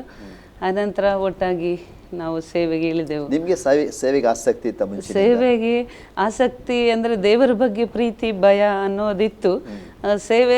ಸೇವಕ ಹುಡುಗ ನಮಗೆ ತುಂಬ ಖುಷಿಯಾಗಿತ್ತು. ಅವರಿಗೆ ಸೇವೆಯಲ್ಲಿ ಇರುವವರೇ ಇರಬೇಕು ಅಂತ ಅವರದ್ದು ಬಯಕೆ ಇತ್ತು. ಹಾಗಾಗಿ ಅವರು ದಾಹ ಇದೆಯಲ್ಲ ದೇವ್ರ ಸೇವೆಗಾಗಿ ಅಂತ ನಮಗೆ ಅವರು ಇಷ್ಟ ಆದ ಕಾರಣ ನಾನು ಕೂಡ ದೇವ್ರ ಸೇವೆ ಮಾಡ್ಬೇಕಂತೇಳಿ ಇಷ್ಟಪಟ್ಟೆ. ಅಂದ್ರೆ ನಾವು ಸೇವೆ ಮಾಡ್ಬೇಕಂತ ಅಂತ ಮನೋಭಾವ ನಿಮ್ಮಲ್ಲಿ ಇರ್ಲಿಲ್ಲ. ಒಂದು ವಿಶ್ವಾಸಿಯಾಗಿ ಒಂದು ನಂಬಿಕಸ್ಥಳಾಗಿ ಸಭೆಯಲ್ಲಿ ಬೆಳೆಯಬೇಕು, ದೇವರಲ್ಲಿ ಬೆಳೆಯಬೇಕು ಆಸಕ್ತಿ ಇತ್ತು. ಅದ್ರ ದೇವರ ಪ್ಲಾನೇ ಬೇರೆ ಇತ್ತು. ಹಾಗೆ ಅವರು ಒಳ್ಳೆ ಹುಡುಗ, ಆದರೆ ಅವರಿಗೆ ಸೇವೆಯಲ್ಲಿ ಇರೋರೇ ಬೇಕು, ತುಂಬಾ ನಶಿಸಿ ಹೋಗುವ ಜನರ ಭಾರ ಇರಬೇಕು, ಪ್ರಾರ್ಥಿಸುವಳಾಗಿರ್ಬೇಕು ಅಂತ ಕೇಳ್ತಾನೆ ಅಂತ ನಮ್ಗೆ ಹೇಳ್ತಿದ್ರು. ಆವಾಗ ನಾನು ಒಳ್ಳೆ ಹುಡುಗ ಇದ್ದಾರಲ್ಲ, ಹಾಗೆ ನಾನು ಕೂಡ ಸೇವೆ ಮಾಡ್ತೀನಿ, ನಾನು ದೇವ್ರ ಸಹಾಯ ಮಾಡ್ತಾರೆ ಅಂತೇಳಿ ಒಪ್ಪಿಸಿಕೊಡುವಾಗ ನನಗೂ ಆ ಒಂದು ಭಾರ ದೇವರು ಹಾಕಿದ್ದು. ಹಾಗೆ ಮದುವೆ ಆಯಿತು, ಮತ್ತು ಅವರು ಒಪ್ಪಿ ಎಲ್ಲ ಈಗ ಮದುವೆ ಆದ ನಂತರ ಹೊಸದಾಗಿ ನಾವು ಹಾಸನಲ್ಲಿ 1 ಇಯರ್ ಮಾಡಿ ಆಯಿತು. ನಂತರ ಮದುವೆ ಆದ ಕೂಡಲೇ ನಾವು ಪಿರಿಯಾಪಟ್ಟಣ ಅನ್ನುವಂಥ ಒಂದು ಪ್ಲೇಸಿಗೆ ನಾವು ಗಂಡ ಹೆಂಡತಿಯರಾಗಿ ಅಲ್ಲಿ ಸೇವೆ ಮಾಡಲಿಕ್ಕೆ ಹೋದೆವು. ಅಂದರೆ ನೀವು ಸೇವೆಗಾಗಿ ಒಪ್ಪಿಸ್ಕೊಟ್ರಿ, ಮದುವೆ ಆಯಿತು, ಪಿರಿಯಾಪಟ್ಟಣಕ್ಕೆ ಹೋದ್ರಿ. ಅಲ್ಲಿ ನಿಮ್ಮ ಜೀವನ ಹೇಗೆ ನಡೀತಿತ್ತು? ಅಲ್ಲಿಯ ಜೀವನ ಅಂದರೆ ತುಂಬ ಕಷ್ಟ. ಅಂದರೆ ನಿಮ್ಗೆ ಏನಾದರೂ ಮನೆಯಿಂದ ಏನಾದರೂ ಕಳಿಸ್ತಿದ್ರ? ಏನಾದರೂ ಅಂದರೆ ನಿಮ್ಗೆ ಸೇವೆ ಮಾಡಬೇಕಾದ್ರೆ ನೋಡಿ, ಈಗ ಕೆಲಸ ಮಾಡಿದ ಒಂದು ಜನ ತೆಗಿಬಹುದು ಅಲ್ಲ, ಕೆಲಸ ಮಾಡಿದಾಗ ತಿಂಗಳಿಗೆ ವಾರಕ್ಕೆ ಸಂಬಳ ಕೊಡ್ತಾ ಅಥವಾ ದಿನ ಸಂಬಳ ದಿನ ತೆಗಿಬಹುದು. ಈಗ ಸೇವೆ ಅಂದರೆ ಅದು ಸುಲಭದಲ್ಲ, ಅದರಲ್ಲಿ ಆದಾಯ ಇರುವುದಿಲ್ಲ ಅಲ್ಲ. ಹೇಗೆ ದಿನ ತೆಗೆಯುವಂಥದ್ದು ನೀವು? ಅಂದರೆ ಆ ಸಮಯದಲ್ಲಿ ಸೇವೆ ಎಂದು ಇಳಿದು ಅದೇ ಹೊಸ ಅನುಭವ. ಮನೆಯಲ್ಲಿ ತಂದೆ ಒಂದು ರೀತಿಯಲ್ಲಿ ಎಲ್ಲ ಇದ್ದು ಒಂದು ರೀತಿ ಕಷ್ಟ ಅನುಭವಿಸಿ ಕರ್ತನ ಕಡೆಗೆ ಬರುವಂತ ನಡೆಸಿದ್ರು. ಮತ್ತು ಇಲ್ಲಿ ಬಂದಾಗ ಇಲ್ಲಿ ಹೊಸ ಸೇವೆ, ಯಾವ ಒಂದು ಆದಾಯ ಇಲ್ಲದ ಒಂದು ಇದು ಆಗ ಸ್ಟಾರ್ಟ್ ಮಾಡಿದಾಗ ನಂತರ ಹೊಸದಾಗಿ ಒಬ್ಬರು ಇಲ್ಲ, ಆಗ ದೇವರನ್ನೇ ನೋಡಬೇಕು, ಊಟ ಮಾಡಬೇಕು, ಆ ರೀತಿಯಾದ ಒಂದು ಸೇವೆ. ಅನಂತರ ಹೀಗೆ ಹೋಗ್ತಾ ನನಗೆ ತುಂಬ ಆಸೆ ಇತ್ತು, ಬೇಗ ನನಗೆ ಮಗು ಆಗಬೇಕೆಂದು. ಆ ಸಮಯದಲ್ಲಿ 2-3 ತಿಂಗಳು ಪ್ರೆಗ್ನೆಂಟ್ ಬೇರೆ ಆದೆ. ಆವಾಗ ಊಟಕ್ಕೆ ತುಂಬಾ ಕಷ್ಟ ಆಯಿತು. ಆಗ ನನಗೇನು ಆಸೆ ಆಗ್ತಾಯಿತ್ತು, ಊಟ ಮಾಡಬೇಕು, ಮೀನು ತಿನ್ನಬೇಕು, ಮಟನ್ ತಿನ್ನಬೇಕು ಅಂದಾಗ ತರಲಿಕ್ಕೆ ಹಣ ಆಗ್ತಿರಲಿಲ್ಲ. ಅಂದರೆ ನಾವು ಬಿಟ್ಟು ಬಂದ ಕುಟುಂಬದಲ್ಲಿ ಎಲ್ಲ ಇರ್ತದೆ ಅಲ್ಲ, ಒಳ್ಳೆ ಕುಟುಂಬ, ಅಲ್ಲಿ ಏನು ಕೊರತೆ ಇರೋದಿಲ್ಲ, ಒಳ್ಳೆ ರೀತಿ ಇರ್ತದೆ. ಅಂದರೆ ಸೇವೆಗೆ ಬಂದ ನಂತರ ಅವರಿಗೆ ಕೈ ಚಾಚಿ ಅವ್ರದ್ದು ಕೇಳಲಿಕ್ಕೆ ಆಗೋದಿಲ್ಲ. ಯಾಕಂದರೆ ಅವರದ್ದು ಕೊಡ್ಬೋದು, ಕೊಡೋದಿಲ್ಲ ಅಂತ ಏನಿಲ್ಲ, ಅದು ಕೇಳುವಾಗ ಒಂದು ರೀತಿ ಇರ್ತಾರೋ ಆ ರೀತಿ. ಹೇಗೆ ಜೀವನ ನಡೆಸ್ತೀರಿ ಸಿಸ್ಟರ್ ನೀವು? ಹೀಗೆ ಪ್ರಾರ್ಥನೆಯಲ್ಲಿಯೇ ಇರುವಾಗ ದೇವರು ಬರುವಂಥ ಭಕ್ತರು ಸುಮಾರು ಒಂದು ವಾರಕ್ಕೆಲ್ಲ ಒಂದು 1 ಮಂತ್ 2 ಮಂತಿಗೆಲ್ಲ ಒಂದು 5 ಮೆಂಬರ್ ಸಿಕ್ಕಿದ್ರು ಹೊಸಬರು. ಹಾಗೆ ಅವರು ಪ್ರೇಯರ್ ಮಾಡ್ತಾ ಇರುವಾಗ ಅವ್ರು ಬರುವಾಗ ಭಾನುವಾರ ಮನೆಯಿಂದ ಏನಾದರೂ ಒಂದು ತರಕಾರಿ ತರುವುದು, ಒಂದು ಹಾಲು ಹಿಡ್ಕೊಂಡು ಬರುವುದು, ಈ ರೀತಿಯಲ್ಲಿ ಅವರು ಮಾಡ್ತಾ ಇದ್ರು. ಮತ್ತು ನಮಗೆ ಅಂಗಡಿಯಿಂದ ಹೋಗಿ ತರುವಂಥದ್ದೇನು ಹಣ ಇರ್ತಿರ್ಲಿಲ್ಲ, ಪ್ರೇಯರೇ ಮಾಡೋದು. ಪಾಸ್ಟರ್ ನಾನು ಹೇಳ್ತಾ ಇದ್ರು, ನಿನಗೇನು ಬೇಕು ಅಂತ ಹೇಳಿ ದೇವ್ರ ಹತ್ರನೇ ಕೇಳು, ದೇವ್ರು ಕೊಡ್ತಾರೆ ಅಂತ ಹೇಳಿ. ಆವಾಗ ನಾನು ಹೌದಲ್ಲ ಅಂತ ಅನ್ಕೊಂಡು. ಹೌದಲ್ಲ ಅಂದ್ರೆ ನೀವು ಮನೆಯಲ್ಲಿರುವ ದೇವರಲ್ಲಿ ಕೇಳ್ತಿದ್ರಾ? ಅಂದ್ರೆ ಮನೆಯಲ್ಲಿರುವಾಗ ಅಪ್ಪ ಅಮ್ಮ ತಂದು ಹಾಕ್ತಿದ್ರು, ಅದರಲ್ಲಿ ಸುಖ ಜೀವನ ಆಗ್ತಿತ್ತು. ಸ್ವಲ್ಪ ಕಷ್ಟ ಆದ್ರೂ ಕೂಡ ಆಗ್ತಿತ್ತು. ಇಲ್ಲಿ ದೇವರಲ್ಲಿ ಕೇಳಬೇಕಂತ ತುಂಬಾ ಕಷ್ಟ ಆಗ್ತಿತ್ತು. ಹಾಗೆ ನನ್ನ ತಂದೆ ಮನೆಯಿಂದ ರಾಗಿ ಬೆಳೀತಾ ಇದ್ರು. ಹಾಗೆ ಅವರು ರಾಗಿಯನ್ನು ಬರುವಾಗೆಲ್ಲ ತಂದು ಕೊಡ್ತಾ ಇದ್ರು. ಹಾಗೆ ರಾಗಿ ಒಂದು ಫ್ರೀ ಆಗಿತ್ತು ಮನೆಯಲ್ಲಿ. ಹಾಗೆ ಅದು ಮುದ್ದೆ ಮಾಡೋದು, ನುಂಗುದು ಅಷ್ಟೇ. ಅದಕ್ಕೆ ಸಾರಿಗೆ ತರಕಾರಿಗೆ ಕೂಡ ಒಂದು 50 ರೂಪೀಸ್ ತಗೊಂಡೋಗಿ ಮಾರ್ಕೆಟ್ ಮಾಡಿ ಬರಬೇಕಿತ್ತು. ಹೀಗೆ ಮಾಡ್ತಾ ವರ್ಷಗಳು ಒಂದು 6-7 ತಿಂಗಳು ಕಳೀತು. ಅಷ್ಟೊತ್ತಿಗೆ ದೇವರು ಅದ್ಭುತವಾಗಿ ನಾನೇನು ಪ್ರೇಯರ್ ಮಾಡ್ತಾ ಇದ್ನೋ ಹಾಗೆ ಬರುವವರು ವಿಶ್ವಾಸಿ ಮೀನು ಫ್ರೈ ಮಾಡಿ ತಗೊಂಡು ಬರ್ತಾ ಇದ್ರು. ಆವಾಗ ನನಗೆ ನಂಬಿಕೆ ಜಾಸ್ತಿ ಬರ್ತಾ ಇತ್ತು. ಅವಾಗ ಪಾಸ್ಟ್ ಹೇಳಿದಾಗೇನೆ ದೇವ್ರು ಹೇಳಿದ್ರು, ದೇವ್ರು ಹಾಗೇನೆ ಕೊಡ್ತಾ ಇದ್ದಾರೆ ಅಂತ. ಹಾಗೇನೆ ಪ್ರೇಯರ್ ಮಾಡ್ತಾ ಇರುವಾಗ ಒಬ್ಬರು ಸಿಸ್ಟರ್, ನೀವು ಪ್ರೆಗ್ನೆಂಟ್ ಇದ್ದೀರಿ, ಏನಾದರೂ ಒಂದು ಬಯಕೆ ಇರುತ್ತಲ್ಲ ನಿಮಗೆ ಅಂತ ಹೇಳಿ ನನಗೆ ಎಕ್ಸ್ಟ್ರಾ 1,000 ಆ ರೀತಿಯಲ್ಲಿ ಒಂದು ಕಾಣಿಕೆ ಕೊಡ್ತಿದ್ರು. ಆ ರೀತಿ ದೇವರು ನನಗೆ ಒದಗಿಸಿ ಪಾಸ್ಟ್ ಹೆಂಗೆ ಹೇಳಿದ್ರು ಹಂಗೆ ಆಗ್ತಾಯಿದೆ ಅಂತ ನನ್ನಲ್ಲಿ ನಂಬಿಕೆ ಕೂಡ ಹೆಚ್ಚಾಗುತ್ತಾ ಪ್ರಾರ್ಥನೆ ಮಾಡ್ತಿದ್ದೆವು. ಹಾಗೆ ತುಂಬ ಬಾಡಿಗೆ ಕಟ್ಟಲಿಕ್ಕೂ ಕಷ್ಟ ಆಗ್ತಿತ್ತು. ಮತ್ತು ನಂತರ ಹಾಸ್ಪಿಟಲ್ಗೆ ಮಗುವನ್ನು ತೋರಿಸ್ಲಿಕ್ಕೆ ಗರ್ಭಿಣಿ ಇರುವಾಗ ಹಾಸ್ಪಿಟಲ್ಗೆ ತೋರಿಸ್ತಾರೆ ಹೆಚ್ಚಾಗಿ, ಮಂತ್ಲಿ ಹೋಗಬೇಕು. ಆದರೆ ನಾನು ಮಾತ್ರ ಹೋಗಲಿಕ್ಕೆ ಆಗ್ತಿರ್ಲಿಲ್ಲ. ಹಾಗೆ ಅವರು ಪಾಸ್ಟ್ ಹೇಳ್ತಿದ್ರು, ನನ್ನ ಮಗಳು ಅವರಿಗೆ ಮಗನ ಮೇಲೆ ತುಂಬ ಇತ್ತು. ಅಂದರೆ ನನಗೆ ದಾನಿಯೆಲ್ಲನಾಗೆ ಮಗು ದೇವರು ಕೊಡ್ತಾನೆ, ತರಕಾರಿ ತಿಂದೇ ಬೆಳಿತಾರೆ, ನೀನೇನು ಯೋಚನೆ ಮಾಡಬೇಡ, ಹಾಗೆಲ್ಲ ನನಗೆ ತುಂಬ ಪ್ರೋತ್ಸಾಹ ಮಾಡ್ತಿದ್ರು. ಆದರೆ ಡಾಕ್ಟ್ರಲ್ಲಿ ಹೋಗಲಿಲ್ಲ, ಯಾವ ಕ್ಯಾಲ್ಶಿಯಮ್ಮು ಐರನ್ನು ಏನು ತಗೊಳ್ಬೇಕು ಯಾವುದು ತಗೊಳ್ಲಿಕ್ಕೆ ಆಗ್ತಿರ್ಲಿಲ್ಲ. ಆದರೆ ನಾನು ಮಾತ್ರ ತುಂಬ ಸಣ್ಣ ಇದ್ದೆ ಮದುವೆ ಆಗುವಾಗ, ಆದರೆ ಬಾಡಿ ಮಾತ್ರ ಬೆಳೀತಾ ಇತ್ತು. ಹಾಗೆ ಫಾಸ್ಟ್ ನೋಡು, ಎಲ್ಲರೂ ಏನನ್ನೋ ಪ್ರೈವೇಟ್ ಹಾಸ್ಪಿಟಲ್ಗೆಲ್ಲ ಹೋಗಿ ತಿಂತಾರೆ, ತಗೊಳ್ಳಿ ಬರ್ತಾರೆ, ನಿನಗೆ ನೋಡು ದೇವರು ನೀನು ಹೇಗೆ ಆಗ್ತಾ ಇದೆಯಾ, ತೊಂದರೆ ಇಲ್ಲ, ನಮ್ಮ ದೇವರು ಒಳ್ಳೆಯದಾಗಿ ನಡೆಸ್ತಾನೆ, ಆತನೇ ವೈದ್ಯರಲ್ಲಿ ಘನವೈದ್ಯನು ಅಂತ ಹೇಳಿ ನನ್ನ ಹೊಟ್ಟೆ ಮೇಲೆ ಕೈ ಹಿಡಿದು ಪ್ರೇಯರ್ ಮಾಡೋದು. ಹೀಗೇ ಮಾಡ್ತಾ ದೇವರು ಒಂದು 8 ತಿಂಗಳು ಕಳೀತು. ಆವಾಗ ಒಂದು ಸಲ ತಾಯಿ ಮನೆಗೆ ಹೋದಾಗ ಅವರು ಹೋಗಿ ಅಲ್ಲೊಮ್ಮೆ ಹಾಸ್ಪಿಟಲ್ಗೆ ತೋರಿಸ್ಲೇ ಇಲ್ವಾ ನೀವು ಅಂತೇಳಿ ಅಮ್ಮನಿಗೆ ತುಂಬ ಬೇಸರ ಆಯಿತು. ನಾವೇನು ಮನೆಯಲ್ಲಿ ಹೇಳ್ತಿರ್ಲಿಲ್ಲ, ಪ್ರೇಯರ್ ಮಾಡ್ತಾ ಇದ್ದೆವು, ಅವರು ನಾನು ಹಂಚ್ಕೊಳ್ತಿದ್ವಿ. ಹೀಗೆ ಆವಾಗ ಅವ್ರು ಹೇಳಿದ್ರು, ಒಂದು ಹಾಸ್ಪಿಟಲ್ಗೆ ಒಮ್ಮೆ ಆದರೂ ತೋರಿಸುವ ಅಂತೇಳಿ ಕರ್ಕೊಂಡೋದ್ರು. ಆವಾಗ ಒಂದು ಸ್ಕ್ಯಾನಿಂಗ್ ಮಾಡಿ ನೋಡುವಾಗ ನಾನು ದಪ್ಪ ಇದ್ದೇನೆ, ಮಗು ಹೊಟ್ಟೆ ಒಳಗೆ ಮಾತ್ರ ಯಾವ ಎಲುಬು ಬೆಳೀಲಿಲ್ಲ, ತುಂಬ ಇದು ನಾರ್ಮಲ್ ಡೆಲಿವರಿ ಆಗೋದಿಲ್ಲ, ಮಗು ಬದುಕೋದು ಕಷ್ಟ ಅಂತೇಳಿ. ಆಗ ಅವ್ರು ಹೇಳಿದರು. ಆನಂತರ ತುಂಬ ಏನೆಲ್ಲ ಒಂದು ರೀತಿಯಲ್ಲಿ ಡಿಸ್ಕರೇಜ್ ಆಗುವ ಹಾಗೆ ಆಯಿತು. ಆವಾಗ ಪಾಸ್ಟ್ ಹೇಳಿದರು, ನೀನು ಏನು ಯೋಚನೆ ಮಾಡಬೇಡ, ಡಾಕ್ಟ್ರ್ ಹೇಳಿದೆಲ್ಲ ಏನು ಮನಸ್ಸಿಗೆ ತಗೋಬೇಡ, ನೀನು ಹೇಗೆ ನಮ್ಮನ್ನು ದೇವರು ಇಷ್ಟು ತನಕ ಬದುಕಿಸಿ ನಡೆಸ್ಕೊಂಡು ಬರ್ತಾ ಇದ್ದಾನೆ, ಇನ್ನು ಮುಂದೇನು ಮಾಡ್ತಾನೆ, ಹಾಗೆ ಯೋಚನೆ ಮಾಡಬೇಡ ಅಂತೇಳಿ ಅವರು ತುಂಬ ನನಗೆ ಉತ್ತೇಜನ ಮಾಡ್ತಿದ್ರು. ನಂತರ ಡಿಲ್ವರಿ ಆಗುವಾಗ ನಾರ್ಮಲ್ ಡಿಲ್ವರಿ ಆಗಲಿಲ್ಲ, ಸಿಸೇರಿಯನ್ ಆಯಿತು. ಆದರೆ ಮಗು ನೀರು ಕುಡಿದು ಬದುಕೋದಿಲ್ಲ ಅಂತ ಹೇಳಿದರು. ಅಷ್ಟರಲ್ಲಿ ದೇವರು ಅದ್ಭುತವಾಗಿ, ಯಾವ ಮಗು ಬದುಕೋದಿಲ್ಲ ಹೇಳಿದರು, ನೀರು ಕುಡಿದು ಮಗು ಉಸಿರಾಡೋದು ನಿಂತಿದೆ ಅಂತ ಹೇಳಿದರು. ಅದೇ ಸಮಯದಲ್ಲಿ ದೇವರು ಅದ್ಭುತವಾಗಿ ಮಗು ಡೆಲಿವರಿ ಆಯಿತು, ಚೆನ್ನಾಗಿ ಸ್ಟ್ರಾಂಗ್ ಆಗಿ ಇದೆ ಅಂತ ದೇವರು ಮತ್ತೆ ಅದೇ ಸಮಯದಲ್ಲಿ ಒಂಥರ ಕ್ಷಣದಲ್ಲಿ ಮಿರಕಲ್ ಆದ ಹಾಗೆ ಆಯಿತು. ಹಾಗೆ ಒಂದು ದೇವರು ಅದ್ಭುತವಾಗಿ ಹೆಣ್ಣು ಮಗುವನ್ನು ಕೊಟ್ಟರು, ಫಸ್ಟಿಗೆ ಹೆಣ್ಣು ಮಗು ಕೊಟ್ಟರು. ಆನಂತರ ನಾವು ಒಂಥರ ಏನು ಹೇಳ್ತಾರೆ, ದೇವರು ಮಾಡಿದ್ದು ಡಾಕ್ಟ್ರ್ ರಿಪೋರ್ಟ್ ಆಗಿತ್ತು, ಮತ್ತು ಮಗು ಹುಟ್ಟುವಾಗಲೂ ಹಾಗೆ ಆಯಿತು. ಮತ್ತೆ ನೋಡುವಾಗ ದೇವರು ಒಳ್ಳೆ ರೀತಿ ಆರೋಗ್ಯ, ಹಾಗೆ ನಮ್ಮ ನಂಬಿಕೆ ಹೆಚ್ಚಾಗ್ತಾ ಬಂತು. ಆನಂತರ ನಾವು ಪಿರಿಯಾಪಟ್ಟಣದಲ್ಲಿ ಸೇವೆ ಮಾಡಿ ಸುಮಾರು 1 ಇಯರ್ ಕಳೀತು. ಅದೇ ತುಂಬ ಅದ್ಭುತಗಳಾಯಿತು. ನಂತರ ಅಲ್ಲಿ ಸೇವೆಯಲ್ಲಿ ಕೂಡ ನಾನು ಸುಮಾರು ಒಂದು 3-4 ತಿಂಗಳು ಪ್ರೆಗ್ನೆಂಟ್ ಇರುವಾಗ ಅದೇನು ಪಾಸ್ಟ್ರಿಗೆ ಅಲ್ಲಿ ಒಂದು ಮೀಟಿಂಗ್ ನಡೆಸಬೇಕೆಂದು ಇನ್ನೊಬ್ಬರು ಸಭಾಪಾಲಕರ ಸಂಗಡ ಮಾತನಾಡಿ ಅವರು ಮನೆಗೆ ಬರ್ತಾ ಇರುವ ಸಮಯದಲ್ಲಿ ನನಗೆ ಮನೆಯಲ್ಲಿ ಮಲಗಿರುವಾಗ ಏನೋ ಒಂಥರ ಭಯ, ಅವರು ನಿನ್ನ ಗಂಡ ಇಲ್ಲ ಅಂತ ಬಂದು ಹೇಳುವ ಅಂತ ಒಂಥರ ಸ್ವರ. ಹಾಗೆ ಅವ್ರು ಸತ್ತೋದ್ರೆ ನೀನೇನು ಮಾಡ್ತೀಯ ಈಗ ಅನ್ನ ಹಾಗೆ ನನಗೆ ತಲೆಗೆ ಒಂದು ಕೇಳಿದ ಹಾಗೆ ಆಗ್ತಿತ್ತು. ನಂತರ ನಾನು ಏನೋ ಇರ್ಬೋದು ಅಂತೇಳಿ ಗದರಿಸಿ ಪ್ರೇಯರ್ ಮಾಡಿ ಮಲಗಿದೆ.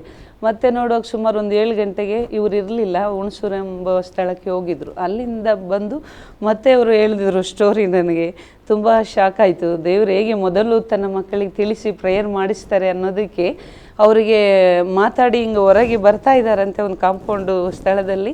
ಅಲ್ಲಿ ಒಂದು ಸರ್ಪ ಅವರ ಕಾಲಿಟ್ಟ ಕೂಡಲೇ ಹಿಂದೆ ಹೀಗೆ ಕಚ್ಚಿ ಹಿಂದೆ ಇದೇ ಮಾಡಿದೆ ಅಂತೆ. ನಂತರ ಅವ್ರ ಜೊತೆಯಲ್ಲಿದ್ದಂಥ ಪಾಸ್ಟ್ರು ಪುನಃ ಸುರೇಶ್ಗೆ ಕಚ್ಚಿ ಅವರು ಇದಾಗಿ ಬಿಟ್ಟಿದ್ದಾರೆ, ಆಚೆ ಹೋಗಿ ಬಿದ್ದಿರ್ಬೋದು ಅಂತೇಳಿ ಅವ್ರು ಆ ಕಡೆಯಿಂದ ಬಂದು ನೋಡ್ತಾರೆ. ಇವರು ಆರಾಮಾಗಿ ಮುಂದೆ ಹೋಗಿದ್ದಾರೆ.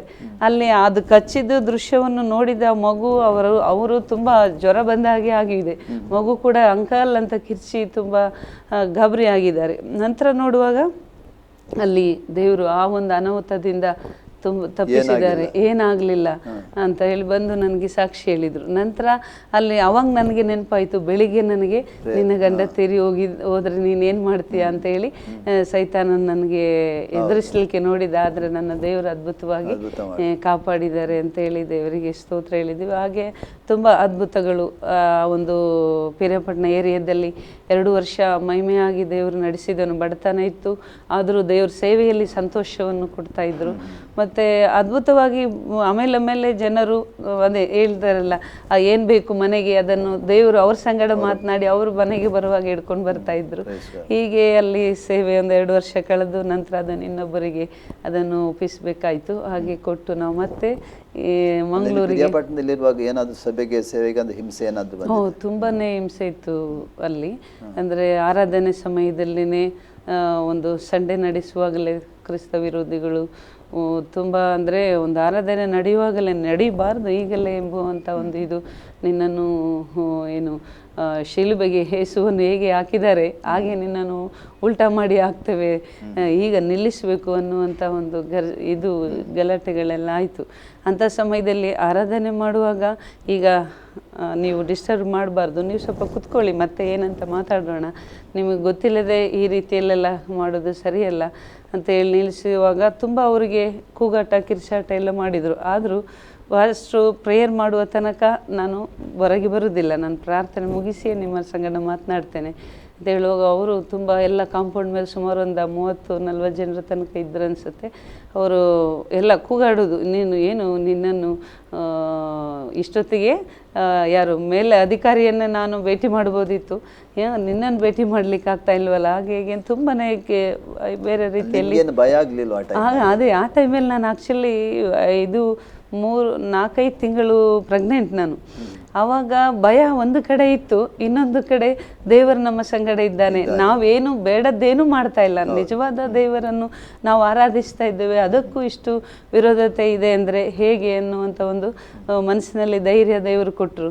ಹಾಗೆ ನಾನು ಪಾಸ್ಟ್ರು ಪ್ರೇಯರ್ ಮಾಡಿ ಮತ್ತೆ ಪುನಃ ಒಂದು ಕಡೆ ಪೊಲೀಸಿಗೆ ಫೋನ್ ಮಾಡಲಿಕ್ಕೆ ಮನಸ್ಸಿಗೆ ಬಂತು, ಅಲ್ಲೂ ಫೋನ್ ಮಾಡಿದ್ವಿ. ನಂತರ ಎಲ್ಲ ಬಂದು ಒಂದು ರೀತಿಯಲ್ಲಿ ಏನು ಅವರ ಆಗದ ಹಾಗೆ ದೇವರಲ್ಲಿ ಅದ್ಭುತವಾಗಿ ಕಾಪಾಡಿದರು. ಅವ್ರು ಏನೇನೆಲ್ಲ ಮಾಡಬೇಕೆಂದು ಆಲೋಚನೆ ಮಾಡಿ ಬಂದಿದ್ದರು, ಆದರೆ ದೇವರು ಏನಕ್ಕೂ ಬಿಡದೆ ಅಲ್ಲಿ ನಡೆಸಿದ್ರು. ಆ ಒಂದು ಮಿರಾಕಲ್ ನೋಡುವಾಗ ಅದು ನೆನೆಸ್ಲಿಕ್ಕೆ ಆಗೋದಿಲ್ಲ ಅಂತ ಒಂದು ರೀತಿಯಲ್ಲಿ ದೇವರ ಸಹಾಯ ಹಸ್ತ ಇತ್ತು. ಮತ್ತು ನಮಗೇನು ಕ್ರಿಸ್ತ ವಿರೋಧಿಗಳಾಗಿ ಅಷ್ಟು ವಿರೋಧ ಮಾಡಿದರು. ನಂತರ ಸುಮಾರು ಒಂದು 3-4 ತಿಂಗಳು ಕಳೆದ ಮೇಲೆ ನಾವು ಹೋದರೆ ಅವರು ನಮ್ಮ ಹೀಗೆ ತಲೆ ತಗ್ಗಿಸಿ ಹೋಗುವ ಹಾಗೆ ಮಾಡ್ತಿದ್ರು. ಮತ್ತು ನಾವು ಅವರ ಬಗ್ಗೆ ಬೇಸರ ಮಾಡ್ಕೊಳ್ತಿರ್ಲಿಲ್ಲ, ನೋಡುವಾಗ ನಗಾಡ್ತಿದ್ವಿ, ಮಾತನಾಡಿಸ್ತಿದ್ವಿ. ಆಮೇಲೆ ಒಂದು ರೀತಿಯಲ್ಲಿ ಫ್ರೆಂಡ್ಸ್ ಆಗೇನೆ ಒಂದು ಆ ರೀತಿಯಲ್ಲಿ ದೇವರು ಮಾಡಿದನು. ಹಾಗೆ ಒಳ್ಳೆ ಮಾಡಿದ್ರು, ಹಾಗೆ ಚೆನ್ನಾಗಿ ದೇವರು ನಡೆಸಿದೆ.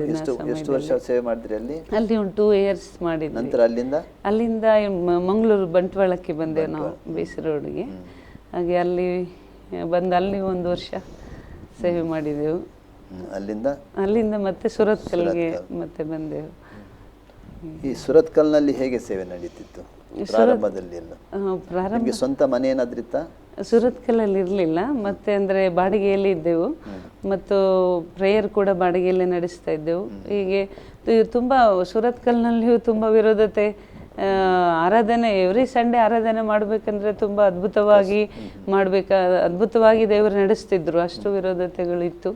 ದೇವರು ಮಾತ್ರವಲ್ಲ, ಅದರ ಹಾಗೆ ಆಗ್ತಾ ಇರುವಾಗ ತುಂಬ ಎದುರಿಸೋದಂದರೆ ಮನೆಯಲ್ಲಿ ಒಂದು ಸಲ ಕಾರಿಗೆ ಕಲ್ಲೊಡೆದು, ಒಂದು ಸಲ ಇದು ಏನು ಮನೆಗೆ ಕಲ್ಲೊಡೆದು, ಒಂದು ಸಲ ಒಂದು 5:30 ಆಗಿರ್ಬೋದು ಸಂಜೆ. ಅಂಥ ಸಮಯದಲ್ಲಿ ಮನೆ ಮುಂದೆ ಒಂದು 4 ಮರಗಳಿತ್ತು, ಒಂದು ದೊಡ್ಡ ಮರಗಳೇ, ಅದನ್ನೆಲ್ಲ ಕಡ್ದು ಹಾಕಿ ಹೋಗಿದ್ದಾರೆ. ಆ ಸಮಯದಲ್ಲಿ ನಾವು ಮಕ್ಕಳು ಕೂಡ ಅವತ್ತು ಮನೆಯಲ್ಲಿ ಇರಲಿಲ್ಲ, ಕರ್ಕೊಂಡು ಹೋಗಿದ್ವಿ. ಸಂಜೆ ಬಂದು ನೋಡುವಾಗ ಎಲ್ಲ 4 ಕಂಬಗಳು ಬಿದ್ದು ಹೋಗಿದೆ. ಆಗ ನಾವು ಅಂದ್ಕೊಂಡ್ವಿ, ದೇವರು ಏನೋ ಆಗಬೇಕಾದ ಸಮಯದಲ್ಲಿ ಒಂದು ಮನೆಯಲ್ಲಿ ತಪ್ಪಿಸಿದ್ದಾನೆ. ಅವತ್ತು ಯಾವಾಗಲೂ ನಾವು ಮಕ್ಕಳನ್ನು ಮನೇಲಿ ಬಿಟ್ಟು ಹೋಗ್ತಿದ್ದವರು, ಅವತ್ತು ಬಿಟ್ಟು ಹೋಗಲಿಲ್ಲ. ದೇವರು ಅದ್ಭುತವಾಗಿ ಕಾಪಾಡ್ತಾ ಬರ್ತಾಯಿದ್ರು. ನಾವು ಪಾಸ್ಟ್ರು ಹೋಗೋದು ಬರೋದು ಕೂಡ ಕಷ್ಟವಾಗ್ತಿತ್ತು, ಆದರೆ ದೇವರು ತನ್ನ ರೆಕ್ಕೆ ನೆರಳಿನಲ್ಲಿ ಬಚ್ಚಿಟ್ಕೊಂಡು ಕಾಪಾಡಿದ ಹಾಗೆ ಕಾಪಾಡ್ತಿದ್ರು. ಹಾಗೆ ಅಲ್ಲಿ ಪೊಲೀಸ್ ಅಧಿಕಾರಿಗಳು ಕೂಡ ತುಂಬ ಸಹಾಯ ಮಾಡ್ತಿದ್ರು ಅವಾಗ. ಅಂದರೆ ವಿರೋಧತೆ ಇತ್ತು, ಆದರೂ ಅವರಿಗೆ ಒಂದು ಸೆಕ್ಯೂರ್ ಆಗಿ ತುಂಬ ಸಹಾಯ ಮಾಡ್ತಿದ್ರು. ಹಾಗೆ ಈಗ ಸೇವೆ ಮಾಡುವಂಥವ್ರು ಅಥವಾ ದೇವರ ಮಕ್ಕಳು ಸೇವಕರಾಗಲಿ ಯಾರಿಗೆ ಅನ್ಯಾಯ ಮಾಡ್ಲಿಕ್ಕೆ ಹೋಗೋದಿಲ್ಲ ನೋಡಿ, ಯಾರಿಗೆ ಉಪಕಾರ ಮಾಡ್ಲಿಕ್ಕೆ ಹೋಗ್ತಾರೆ ವಿನ, ಯಾರಿಗೆ ಬೇಕಾದ್ರೆ ಹೆಲ್ಪ್ ಮಾಡ್ಲಿಕ್ಕೆ ಹೋಗ್ತಾರೆ ವಿನ. ನೋಡಿ, ಸಭೆಗೆ ಬರುವಂಥವ್ರು ಯಾರು ಒಳ್ಳೆಯವರು ಬರೋದಿಲ್ಲ, ಬೇರೆ ಬೇರೆ ಹಿನ್ನೆಲೆ ಬರ್ತಾರೆ. ಕುಡುಕರು, ಬೇರೆ ಬೇರೆ ಸಮಸ್ಯೆ ಇರುವವರು, ಕಷ್ಟದಲ್ಲಿ ರೋಗದಲ್ಲಿ ಇವರು ಬರೋದು ಅಲ್ಲ. ಇವರ ಜೀವಿತದಲ್ಲಿ ಒಳ್ಳೇದಾಗ್ತದೆ. ಅದನ್ನು ಅವ್ರು ನೋಡ್ತಾರೆ. ಆದರೂ ಕೂಡ ಏನಾಗಿದೆ, ಅವ್ರ ಕುರುಡುತನ ಒಂದು ಏನಾಗಿದೆ, ಅದು ಹೌದು, ಅವರು ಅದು ಏನು ಹೇಳ್ತಾನೆ, ಮನೋನೇತ್ರಗಳು ಮುಚ್ಚಲ್ಪಟ್ಟಿವೆ. ಯಾಕಂದರೆ ವಾಕ್ಯ ಕೂಡ ಹೇಳ್ತದೆ, ಈ ಲೋಕದ ಅಧಿಪತಿಯಾದ ಸೈತಾನನು ನಂಬಿಕೆಯಿಲ್ಲದ ಮನಸ್ಸನ್ನು ಮಂಕು ಮಾಡಿದಾನಂತೆ. ಯಾಕೆ? ಸತ್ಯವನ್ನು ತಿಳಿಯಬಾರ್ದು, ಸತ್ಯದ ಮೂಲಕ ಅವರು ಬಿಡುಗಡೆ ಹೊಂದಬಾರ್ದು, ರಕ್ಷಣೆ ಹೊಂದಬಾರ್ದು ಅಂತ. ಹಾಗೆ ಜನರಿಗೆ ಏನಾಗಿದೆ ಅಂತ ಗೊತ್ತಿಲ್ಲ, ಯಾರೋ ಇದು ಪ್ರಚೋದನೆ ಮಾಡ್ತಾರೆ, ಅವ್ರ ಹಿಂದುಗಡೆ ಎದ್ದು ಬರ್ತಾರೆ. ಅಂದರೆ ಪಾಪ ಜನರಿಗೂ ಕೂಡ ಗೊತ್ತಿಲ್ಲ. ಯಾಕಂದರೆ ವಾಕ್ಯ ಕೂಡ ಹೇಳ್ತದೆ, ಸೈತಾನ ಕೆಲಸನೇ ಹಾಗೆಲ್ಲ, ಕೆಡುವುದು, ನಾಶ ಮಾಡೋದು, ಅದೇ ಕೆಲಸ. ಅಂದರೆ ದೇವರಿಗೆ ಸ್ತೋತ್ರ, ಅದರ ಮಧ್ಯದಲ್ಲಿ ಕೂಡ ದೇವರ ಸೇವಕರನ್ನು, ಕುಟುಂಬವನ್ನು ಪ್ರೊಟೆಕ್ಷನ್ ಮಾಡಿ ರಕ್ಷಣೆ ಕೊಟ್ಟು ಬರ್ತಾ ಇದ್ದಾರೆ. ಮತ್ತು ಈಗ ಸುರತ್ಕಲ್ನಿಂದ 18 ವರ್ಷದ ಸೇವೆ ಮಾಡ್ತಾ ಇದ್ದಾರೆ. ಈ ಸೇವೆ ಮಧ್ಯದಲ್ಲಿ ಕಷ್ಟ ಅಥವಾ ಅನ್ನದ ಕೊರತೆ, ಇದೆಲ್ಲ ಮಕ್ಕಳ ವಿದ್ಯಾಭ್ಯಾಸ ಕೊರತೆ, ಇದೆನ್ನಾದ್ರು ಬಂದಿದೆ ಅಂದರೆ ಇಲ್ಲಿ ನಾವು ಈಗ ಅದೇ ಮಂಗಳೂರಿಗೆ ಬಂದ ಮೇಲೆ ಆ ಒಂದು ಕೊರತೆಯನ್ನು ದೇವರು ಅದ್ಭುತವಾಗಿ ನೀಗಿಸಿದ್ದಾನೆ. ಮತ್ತು ಎಲ್ಲ ರೀತಿಯಲ್ಲಿ ಒಂದು ಮಕ್ಕಳ ಎಜುಕೇಷನ್ನಲ್ಲಿ ಒಂದು ಏನು ಹಣ ಸಹಾಯ ಬೇಕು ಅನ್ನುವಾಗ ತಕ್ಷಣ ದೇವರು ಪ್ರಾರ್ಥನೆಯನ್ನು ಮಾರ್ಗವನ್ನು ತೆರೆದು ಹಾಗೆ ನಡೆಸ್ಕೊಂಡು ಬಂದರು. ಎಲ್ಲ ಆಹಾರದ ಕುರಿತು, ಬಟ್ಟೆ ಕುರಿತು, ನಮ್ಗೆ ಏನು ಬೇಕು ದೇವರ ಅದ್ಭುತವಾಗಿ ಯೆಹೋವ ಈರೆ ಆತನ ಮಕ್ಕಳ ಒಂದು ದಾಹವನ್ನು ನೀಗಿಸುವಾಗಿ. ನಾನು ಪಾರ್ಷದ್ರ ಸಾಕ್ಷಿ ಕೇಳುವಾಗ ಅವರಿಗೊಂದು ಪೊಲೀಸ್ ಆಫೀಸರ್ ಆಗಬೇಕಿತ್ತು ಅಂತ ಅವರ ಆಸೆ ಇತ್ತು. ನಂತರ ಅದರ ಮಧ್ಯದಲ್ಲಿ ಒಂದು ಫಿಲ್ಮ್ ಮಾಡಬೇಕಂತ ಆಸೆ ಇತ್ತು. ನೋಡಿ, ಇಂಥ ಪರಿಸ್ಥಿತಿಲಿ ಇದ್ದವರು ಇಂಥ ಮಟ್ಟದಲ್ಲಿ, ಅಂದರೆ ಅವಾಗ ಕೊರತೆ ಇಲ್ಲ, ಹಣಕಾಸಿನ ಕೊರತೆ ಇರಲಿಕ್ಕಿಲ್ಲ ಅಷ್ಟೊಂದು ಅಲ್ಲ, ಬೇಕಾದಾಗ ಉಣ್ಲಿಕ್ಕೆ ತಿನ್ನಲಿಕ್ಕೆ ಆರಾಮಿತ್ತು ಅಲ್ಲ. ಅಂಥ ಪರಿಸ್ಥಿತಿಯಿಂದ ಈ ಸೇವೆ ಮಾಡಲಿಕ್ಕೆ ಬೇಕಾದರೆ, ಕರ್ತನ ಸೇವೆ ಮಾಡಬೇಕಾದ್ರೆ ಕೆಲವು ಸತಿ ಎಲ್ಲ ಬರಿದಾಗ್ತದೆ. ಹೊಟ್ಟೆ ಕೂಡ ಕೆಲವು ಸತಿ ಊಟ ಇರುವುದಿಲ್ಲ. ಅನೇಕ ಸೇವಕರಿಗೆ ಸಾಕ್ಷಿ ಕೇಳುವಾಗ ಊಟ ಮಾಡಿದ 3-4 ದಿವಸ ಆಗಿತ್ತು. ನಮ್ಗೆ ಏನಿರಲಿಲ್ಲ, ನಮಗೆ ಸರಿಯಾಗಿ ಬಟ್ಟೆ ಇರಲಿಲ್ಲ. ಅಂಥ ಪರಿಸ್ಥಿತಿ ದೇವರನ್ನು ಸೇವಿಸುವಾಗ, ಅಂಥ ನಂಬಿಗಸ್ತಿಗೆ ದೇವರನ್ನು ಸೇವಿಸುವಾಗ ದೇವರು ಏನು ಮಾಡ್ತಾನೆ, ಆ ಸೇವೆಗಳನ್ನು ಮಾನಿಸಿ ಅವರಿಗೆ ಬೇಕಾದನ್ನು ಒದಗಿಸಿಕೊಡುವಂಥ ಸಮಯ ಬರ್ತದೆ ಅಲ್ಲ. ಒಂದು ಕಾಲ ಇರ್ತದೆ, ಒಂದು ಕಷ್ಟ ಕಾಲ ಇರ್ತದೆ. ಆದರೆ ಆ ಕಷ್ಟ ಕಾಲದಲ್ಲಿ ಕೂಡ ನಂಬಿಗಸ್ತರಾಗಿ ಕರ್ತನ ಸೇವೆ ಮಾಡುವಾಗ ಕೆಲವು ಪರೀಕ್ಷೆ, ಅಂದರೆ ನಾವು ಕೂಡ ನೋಡ್ತೇವೆ, ಮಕ್ಕಳಿಗೆ ಪರೀಕ್ಷೆ ಬರದಿದ್ರೆ ಶಾಲೆಯಲ್ಲಿ ಪರೀಕ್ಷೆ ಬರೆದವರು ಪಾಸ್ ಆಗಿದ್ರೆ ಮೇಲಿನ ಕ್ಲಾಸಿಗೆ ಹೋಗೋದಿಲ್ಲ. ಅದೇ ರೀತಿ ಸೇವೆಯಲ್ಲಿ ಕೂಡ ದೇವರಿಗೆ ಕೆಲವು ಪರೀಕ್ಷೆ ಬಿಡ್ತಾನೆ ಅಲ್ಲ, ಸೇವಕರಿಗೆ ಕೆಲವು ಪರೀಕ್ಷೆ ಬಿಡ್ತಾನೆ. ಆ ಪರೀಕ್ಷೆಯಲ್ಲಿ ಪಾಸಾಗಿ ಅವ್ರ ಮೇಲೆ ಬರುವಾಗ ದೇವರು ಅವರೆಲ್ಲ ಅವಶ್ಯಕತೆ ತೀರಿಸ್ತಾನೆ ಅಲ್ಲ. ಅದೇ ರೀತಿ ನೋಡಿ, ಅಂದರೆ ಕರ್ತನ ಸೇವೆ ಮಾಡಿದಂದ್ರೆ ಅದಕ್ಕಿಂತ ದೊಡ್ಡ ಸೇವೆ ಇಲ್ಲ. ಲೋಕದಲ್ಲಿ ಜನರು ಮಾಡ್ಬೋದು, ಕೆಲವರಿಗೆ ಲಕ್ಷ ತಿಂಗಳಿಗೆ ಸಂಬಳ ಇರ್ಬೋದು ಅಲ್ಲ, 10 ಲಕ್ಷ 50 ಲಕ್ಷ ಕೆಲವು ಸಂಬಳ ಇರಬಹುದು. ಆದರೆ ಆ ಸಂಬಳಕ್ಕಿಂತ ಕರ್ತನ ಸೇವೆ ಮಾಡೋರಿಗೆ ಇರುವಂಥ ತೃಪ್ತಿ ಅವರಿಗೆ ಇರುವುದಿಲ್ಲ ಅಲ್ಲ. ಯಾಕಂದರೆ ನಮ್ಮ ದೇವರು ನಂಬಿಗಸ್ತಾನೆ. ಯಾಕಂದರೆ ವಾಕ್ಯದಲ್ಲಿ ಕೂಡ ನೋಡ್ತೇನೆ, ನಾವು ಅಪ್ಪ ನಂಬಿಗಸ್ತಾರಾದ್ರೆ ಅದು ನಂಬಿಗಸ್ತಾನು ಅಲ್ಲ, ನಮ್ಮ ದೇವರು ನಂಬಿಗಸ್ತಾನೆ. ಯಾಕಂದರೆ ಕರೆದಾತನು ಆತನು ಖಂಡಿತವಾಗಿ ಕೈ ಬಿಡೋದಿಲ್ಲ. ಕೆಲವು ಪರೀಕ್ಷೆ ಬಂದು ನಾವು ಪರೀಕ್ಷೆಯಲ್ಲಿ ಪಾಸಾಗಿ ಬರುವಾಗ ದೇವರು ಏನು ಮಾಡ್ತಾರೆ, ನಮಗೆ ಎಲ್ಲವನ್ನು ಒದಗಿಸಿಕೊಡುವಂಥ ದೇವರಾಗಿತ್ತಲ್ಲ. ಆ ರೀತಿ ಸೇವೆ ನಡೀತಾ ಇದೆ ಅಷ್ಟೇ ಸರ್. ಇದರ ಮಧ್ಯದಲ್ಲಿ ನೀವು ಏನು ಸೇವೆ ಮಾಡ್ತೀರಿ ಪಾಸ್ಟರ್ ಜೊತೆಯಲ್ಲಿ? ನಾನು ಪಾಸ್ಟರ್ ಜೊತೆ ಅಲ್ಲದೆ ಮಧ್ಯಸ್ಥಿಕೆ ಪ್ರಾರ್ಥನೆ ಮಾಡ್ತಾ ಇರ್ತೇವೆ. ಮತ್ತು ನೈಟು ಒಂದು ನಮ್ಮ ಒಬ್ಬೊಬ್ಬರು ಸೇರಿ ಎವ್ರಿ ಡೇ ನೈಟ್ ಪ್ರೇಯರ್ ಮಾಡ್ತಾ ಇರ್ತೀವಿ. ಮತ್ತು ಲೇಡೀಸ್ ಪ್ರಾರ್ಥನೆ ಮಾಡ್ತೇವೆ. ಹೀಗೆ ಮತ್ತು ಅವ್ರ ಸಂಗಡ ಎಲ್ಲೆಲ್ಲಿ ಸೇವೆಗೆ ಕರೀತಾರಲ್ಲಿ ಹೋಗ್ತೇನೆ. ಹೀಗೆ ಯಾವಾಗಲೂ ಅಲ್ಲ, ನಿಮಗೆ ಈಗ ಮದುವೆ ಆದಿನಿಂದ ಈ ತನಕ ಸೇವೆಯಲ್ಲಿ ಹೇಗೆ ತೃಪ್ತಿ ಇದೆ ನಾನು ನಿಮಗೆ? ಖಂಡಿತ. ಈಗ ಅಂದರೆ ಮಧ್ಯದಲ್ಲಿ ಇದು ಬೇಡಪ್ಪ, ಇದು ಕಷ್ಟ ಇದೆ, ಇದು ಊಟಕ್ಕಿಲ್ಲ, ಇದು ವಸ್ತ್ರ ಇಲ್ಲ, ಅದು ಇಲ್ಲ, ಇದು ಕೆಲವು ಸರ್ತಿ ಮನಸ್ಸಿಗೆ ಬಂದು ಇದು ಬೇಡ ಹೋಗುವಂತ ಅನಿಸಿಕೆ ಬಂದಿತ್ತ? ಅಂದರೆ ಅಷ್ಟು ಹಾಗೆ, ಅಂದರೆ ಪ್ರಾರಂಭದಲ್ಲಿ ಹಾಗೆ, ಅಂದರೆ ದೇವರ ಪ್ರೀತಿ, ಒಂದು ದೇವರ ಮೇಲೆ ಒಂದು ಪ್ರೀತಿ ಹೆಚ್ಚಾಗಿ ದೇವರು ಹಾಕಿದ್ದ ಕಾರಣ ಆ ಒಂದು ಮನಸ್ಸು ಆಗ್ತಿರ್ಲಿಲ್ಲ. ಆದರೆ ದೇವರು ತಕ್ಕ ಸಮಯದಲ್ಲಿ ಒದಗಿಸಿ ನಡೆಸ್ತಾ ಇದ್ದನು. ಹಾಗಾಗಿ ಸೇವೆ ಅಂದರೆ ಬಿಟ್ಟು ಹೋಗ್ಬೇಕನ್ನುವಂಥ ಅನ್ನಿಸ್ಲಿಲ್ಲ. ಆದರೆ ಅಷ್ಟು ಪರಿಸ್ಥಿತಿ ಆಗ್ತಿತ್ತು. ಆದರೂ ಏನೋ ಒಂದು ನಿರೀಕ್ಷೆ ಇರ್ತಿತ್ತು, ಏನೋ ದೇವರು ಮಾಡ್ತಾನೆ ಅನ್ನುವಂಥ ದೇವರ ಕಾರ್ಯ ಮನಸ್ಸಿಗೆ ಬರ್ತಿತ್ತು. ಅಲ್ಲ, ನೀವು ಪ್ರಾರಂಭದ ಸೇವೆಯಲ್ಲಿ ಅಂದರೆ ಊಟಕ್ಕಿಲ್ಲದ ಸಮಯ ಬಂದಿತ್ತ? ಅಂತ ಅದೇ ಬಂದ ಸಮಯದಲ್ಲಿ ಅದೇ ನಾನು ಹೇಳಿದಾಗೆ ದೇವರು ಆ ಸಮಯದಲ್ಲಿ ತಂದು ಬಾಗಿಲು ತಟ್ಟುತ್ತಿದ್ರು, ಆ ರೀತಿಯಲ್ಲಿ ದೇವರು ನಡೆಸ್ತಿದ್ದೆನು. ಹಾಗಾಗಿ ಆ ಥರ ಒಂದು ಅಂದರೆ ಹಣದ ಕೊರತೆ ಇತ್ತು, ತರಲಿಕ್ಕೆ ಕೊರತೆ ಇತ್ತು, ಆದರೆ ನಾವು ಏನು ಬೇಕು ಆ ಸಮಯದಲ್ಲಿ ಆಸೆಯನ್ನು ನಾವು ತಂದು ಈಡೇರಿಸ್ಕೊಳ್ಳೋಕ್ಕಾಗ್ತಿರ್ಲಿಲ್ಲ, ಆದರೆ ದೇವರು ಬೇರೆ ಮಾರ್ಗದಲ್ಲಿ ಒದಗಿಸಿಕೊಡ್ತಿದ್ದನು. ಆ ರೀತಿಯಲ್ಲಿ ಸಿಸ್ಟರ್ ಮಕ್ಕಳೇನು ಮಾಡ್ತಾರೆ? ಮಕ್ಕಳು ಈಗ ದೊಡ್ಡವಳು ಫೈನಲ್ ಇಯರ್ BA ಇದ್ದಾಳೆ, ಡಿಗ್ರಿ ಮಾಡ್ತಾ ಇದ್ದಾಳೆ. ಸೆಕೆಂಡ್ ಅವಳು ಈಗ ಫಸ್ಟ್ ಇಯರ್ ಡಿಗ್ರಿಯಲ್ಲಿದ್ದಾಳೆ. ಹಾಗೆ ಅವ್ರಿಗೂ ಕೂಡ ಕರ್ತನ ಒಂದು ಪ್ರೀತಿ ಭಯ ತುಂಬ, ಮತ್ತು ಅವರಿಗೆ ಹೆಜ್ಜೆ ಹೆಜ್ಜೆಗೂ ಯೆಹೋವ ಈರೆ, ನಿಮ್ಗೆ ಏನು ಬೇಕು ದೇವರಲ್ಲಿ ನೀವು ಕೇಳಬೇಕು, ದೇವರು ಒದಗಿಸ್ತಾನೆ. ಡ್ಯಾಡಿಯನ್ನು ನೋಡಲಿಕ್ಕಿಲ್ಲ, ಮಮ್ಮಿಯನ್ನು ನೋಡಲಿಕ್ಕಿಲ್ಲ, ನಾವು ದೇವರ ಸೇವೆಯಲ್ಲಿ ಇರೋರು. ಈ ರೀತಿಯಲ್ಲಿ ಈ ತಿಂಗಳು ಸಂಬಳ ಬರ್ತದೆ ನಿಮಗೆ ಕೊಡ್ತೇವೆ ಅನ್ನುವಂಥದ್ದಿಲ್ಲ. ದೇವರೇ ನಿಮಗೆ ಯೆಹೋವ ಈರೇನೆ, ಆ ಡ್ಯಾಡಿ ಹತ್ರನೇ ಕೇಳಬೇಕು, ನಿಮಗೆ ಏನು ಬೇಕು ಎಲ್ಲ ಒದಗಿಸ್ತಾರೆ ಅಂತ. ಹಾಗೆ ಅವರು ಮಕ್ಕಳು ಕೂಡ ಒಳ್ಳೆ ಫೈತಲ್ಲಿ, ಮತ್ತು ಇಬ್ಬರು ಕೂಡ ಡ್ರಮ್ ಪ್ಲೇ ಮಾಡ್ತಾರೆ. ದೇವರ ಸೇವೆಯಲ್ಲಿ ತುಂಬ ಸಹಾಯಕವಾಗಿ ಇದ್ದಾರೆ. ಅಂದ್ರೆ ದೇವರ ಒಂದು ಭಯ ಅವರಲ್ಲಿ ಹಾಕಿದ್ದಾರೆ. ಸಣ್ಣ ಪ್ರಾಯದಿಂದಲೇ ದೇವರ ವಾಕ್ಯ ಸಿಗ್ತಾ ಇದೆ ಮಕ್ಕಳಿಗೆ, ಆ ರೀತಿ ದೇವರ ವಾಕ್ಯದಲ್ಲಿ ದೇವರ ಭಯದಲ್ಲಿ ಬೆಳೀತಾ ಇದ್ದಾರೆ. ಹಾಗೆ ದೊಡ್ಡ ಮಗಳು ಕೂಡ ತುಂಬಾ ಕಷ್ಟ, ಅವಳಿಗೆ ಹೊಟ್ಟೆಯಲ್ಲಿರುವಾಗ ಊಟ ಇಲ್ಲದೆ ಬೆಳೆದಳು.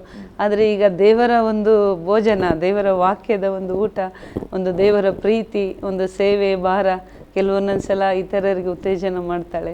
ಹಾಗೆ ನಮಗೆ ಅವಳು ಏನೂ ಇಲ್ಲ, ಇವಳು ಏನಪ್ಪ ಈ ರೀತಿ ಮಗು ನಮಗೆ ಅನ್ನುವಂಥ ಸ್ಥಿತಿ ಜ್ಞಾನದಲ್ಲಿದ್ದವಳು ದೇವರಿಗೆ ಒಳ್ಳೆ ಜ್ಞಾನ ಬುದ್ಧಿ, ತುಂಬ SLC ತನಕ ತುಂಬ ಡಲ್ಲಲ್ಲಿ, ಮತ್ತು ಒಂದು ಇನ್ನೋಸೆಂಟಾಗಿ, ಒಂದು ಏನು ಯಾವ ಮಕ್ಕಳೊಟ್ಟಿಗೆ ಒಂದು ಹೆಚ್ಚಾಗಿ ಮಾತಾಡೋದು ಹಾಗೆ ಇರ್ತಿರಲಿಲ್ಲ.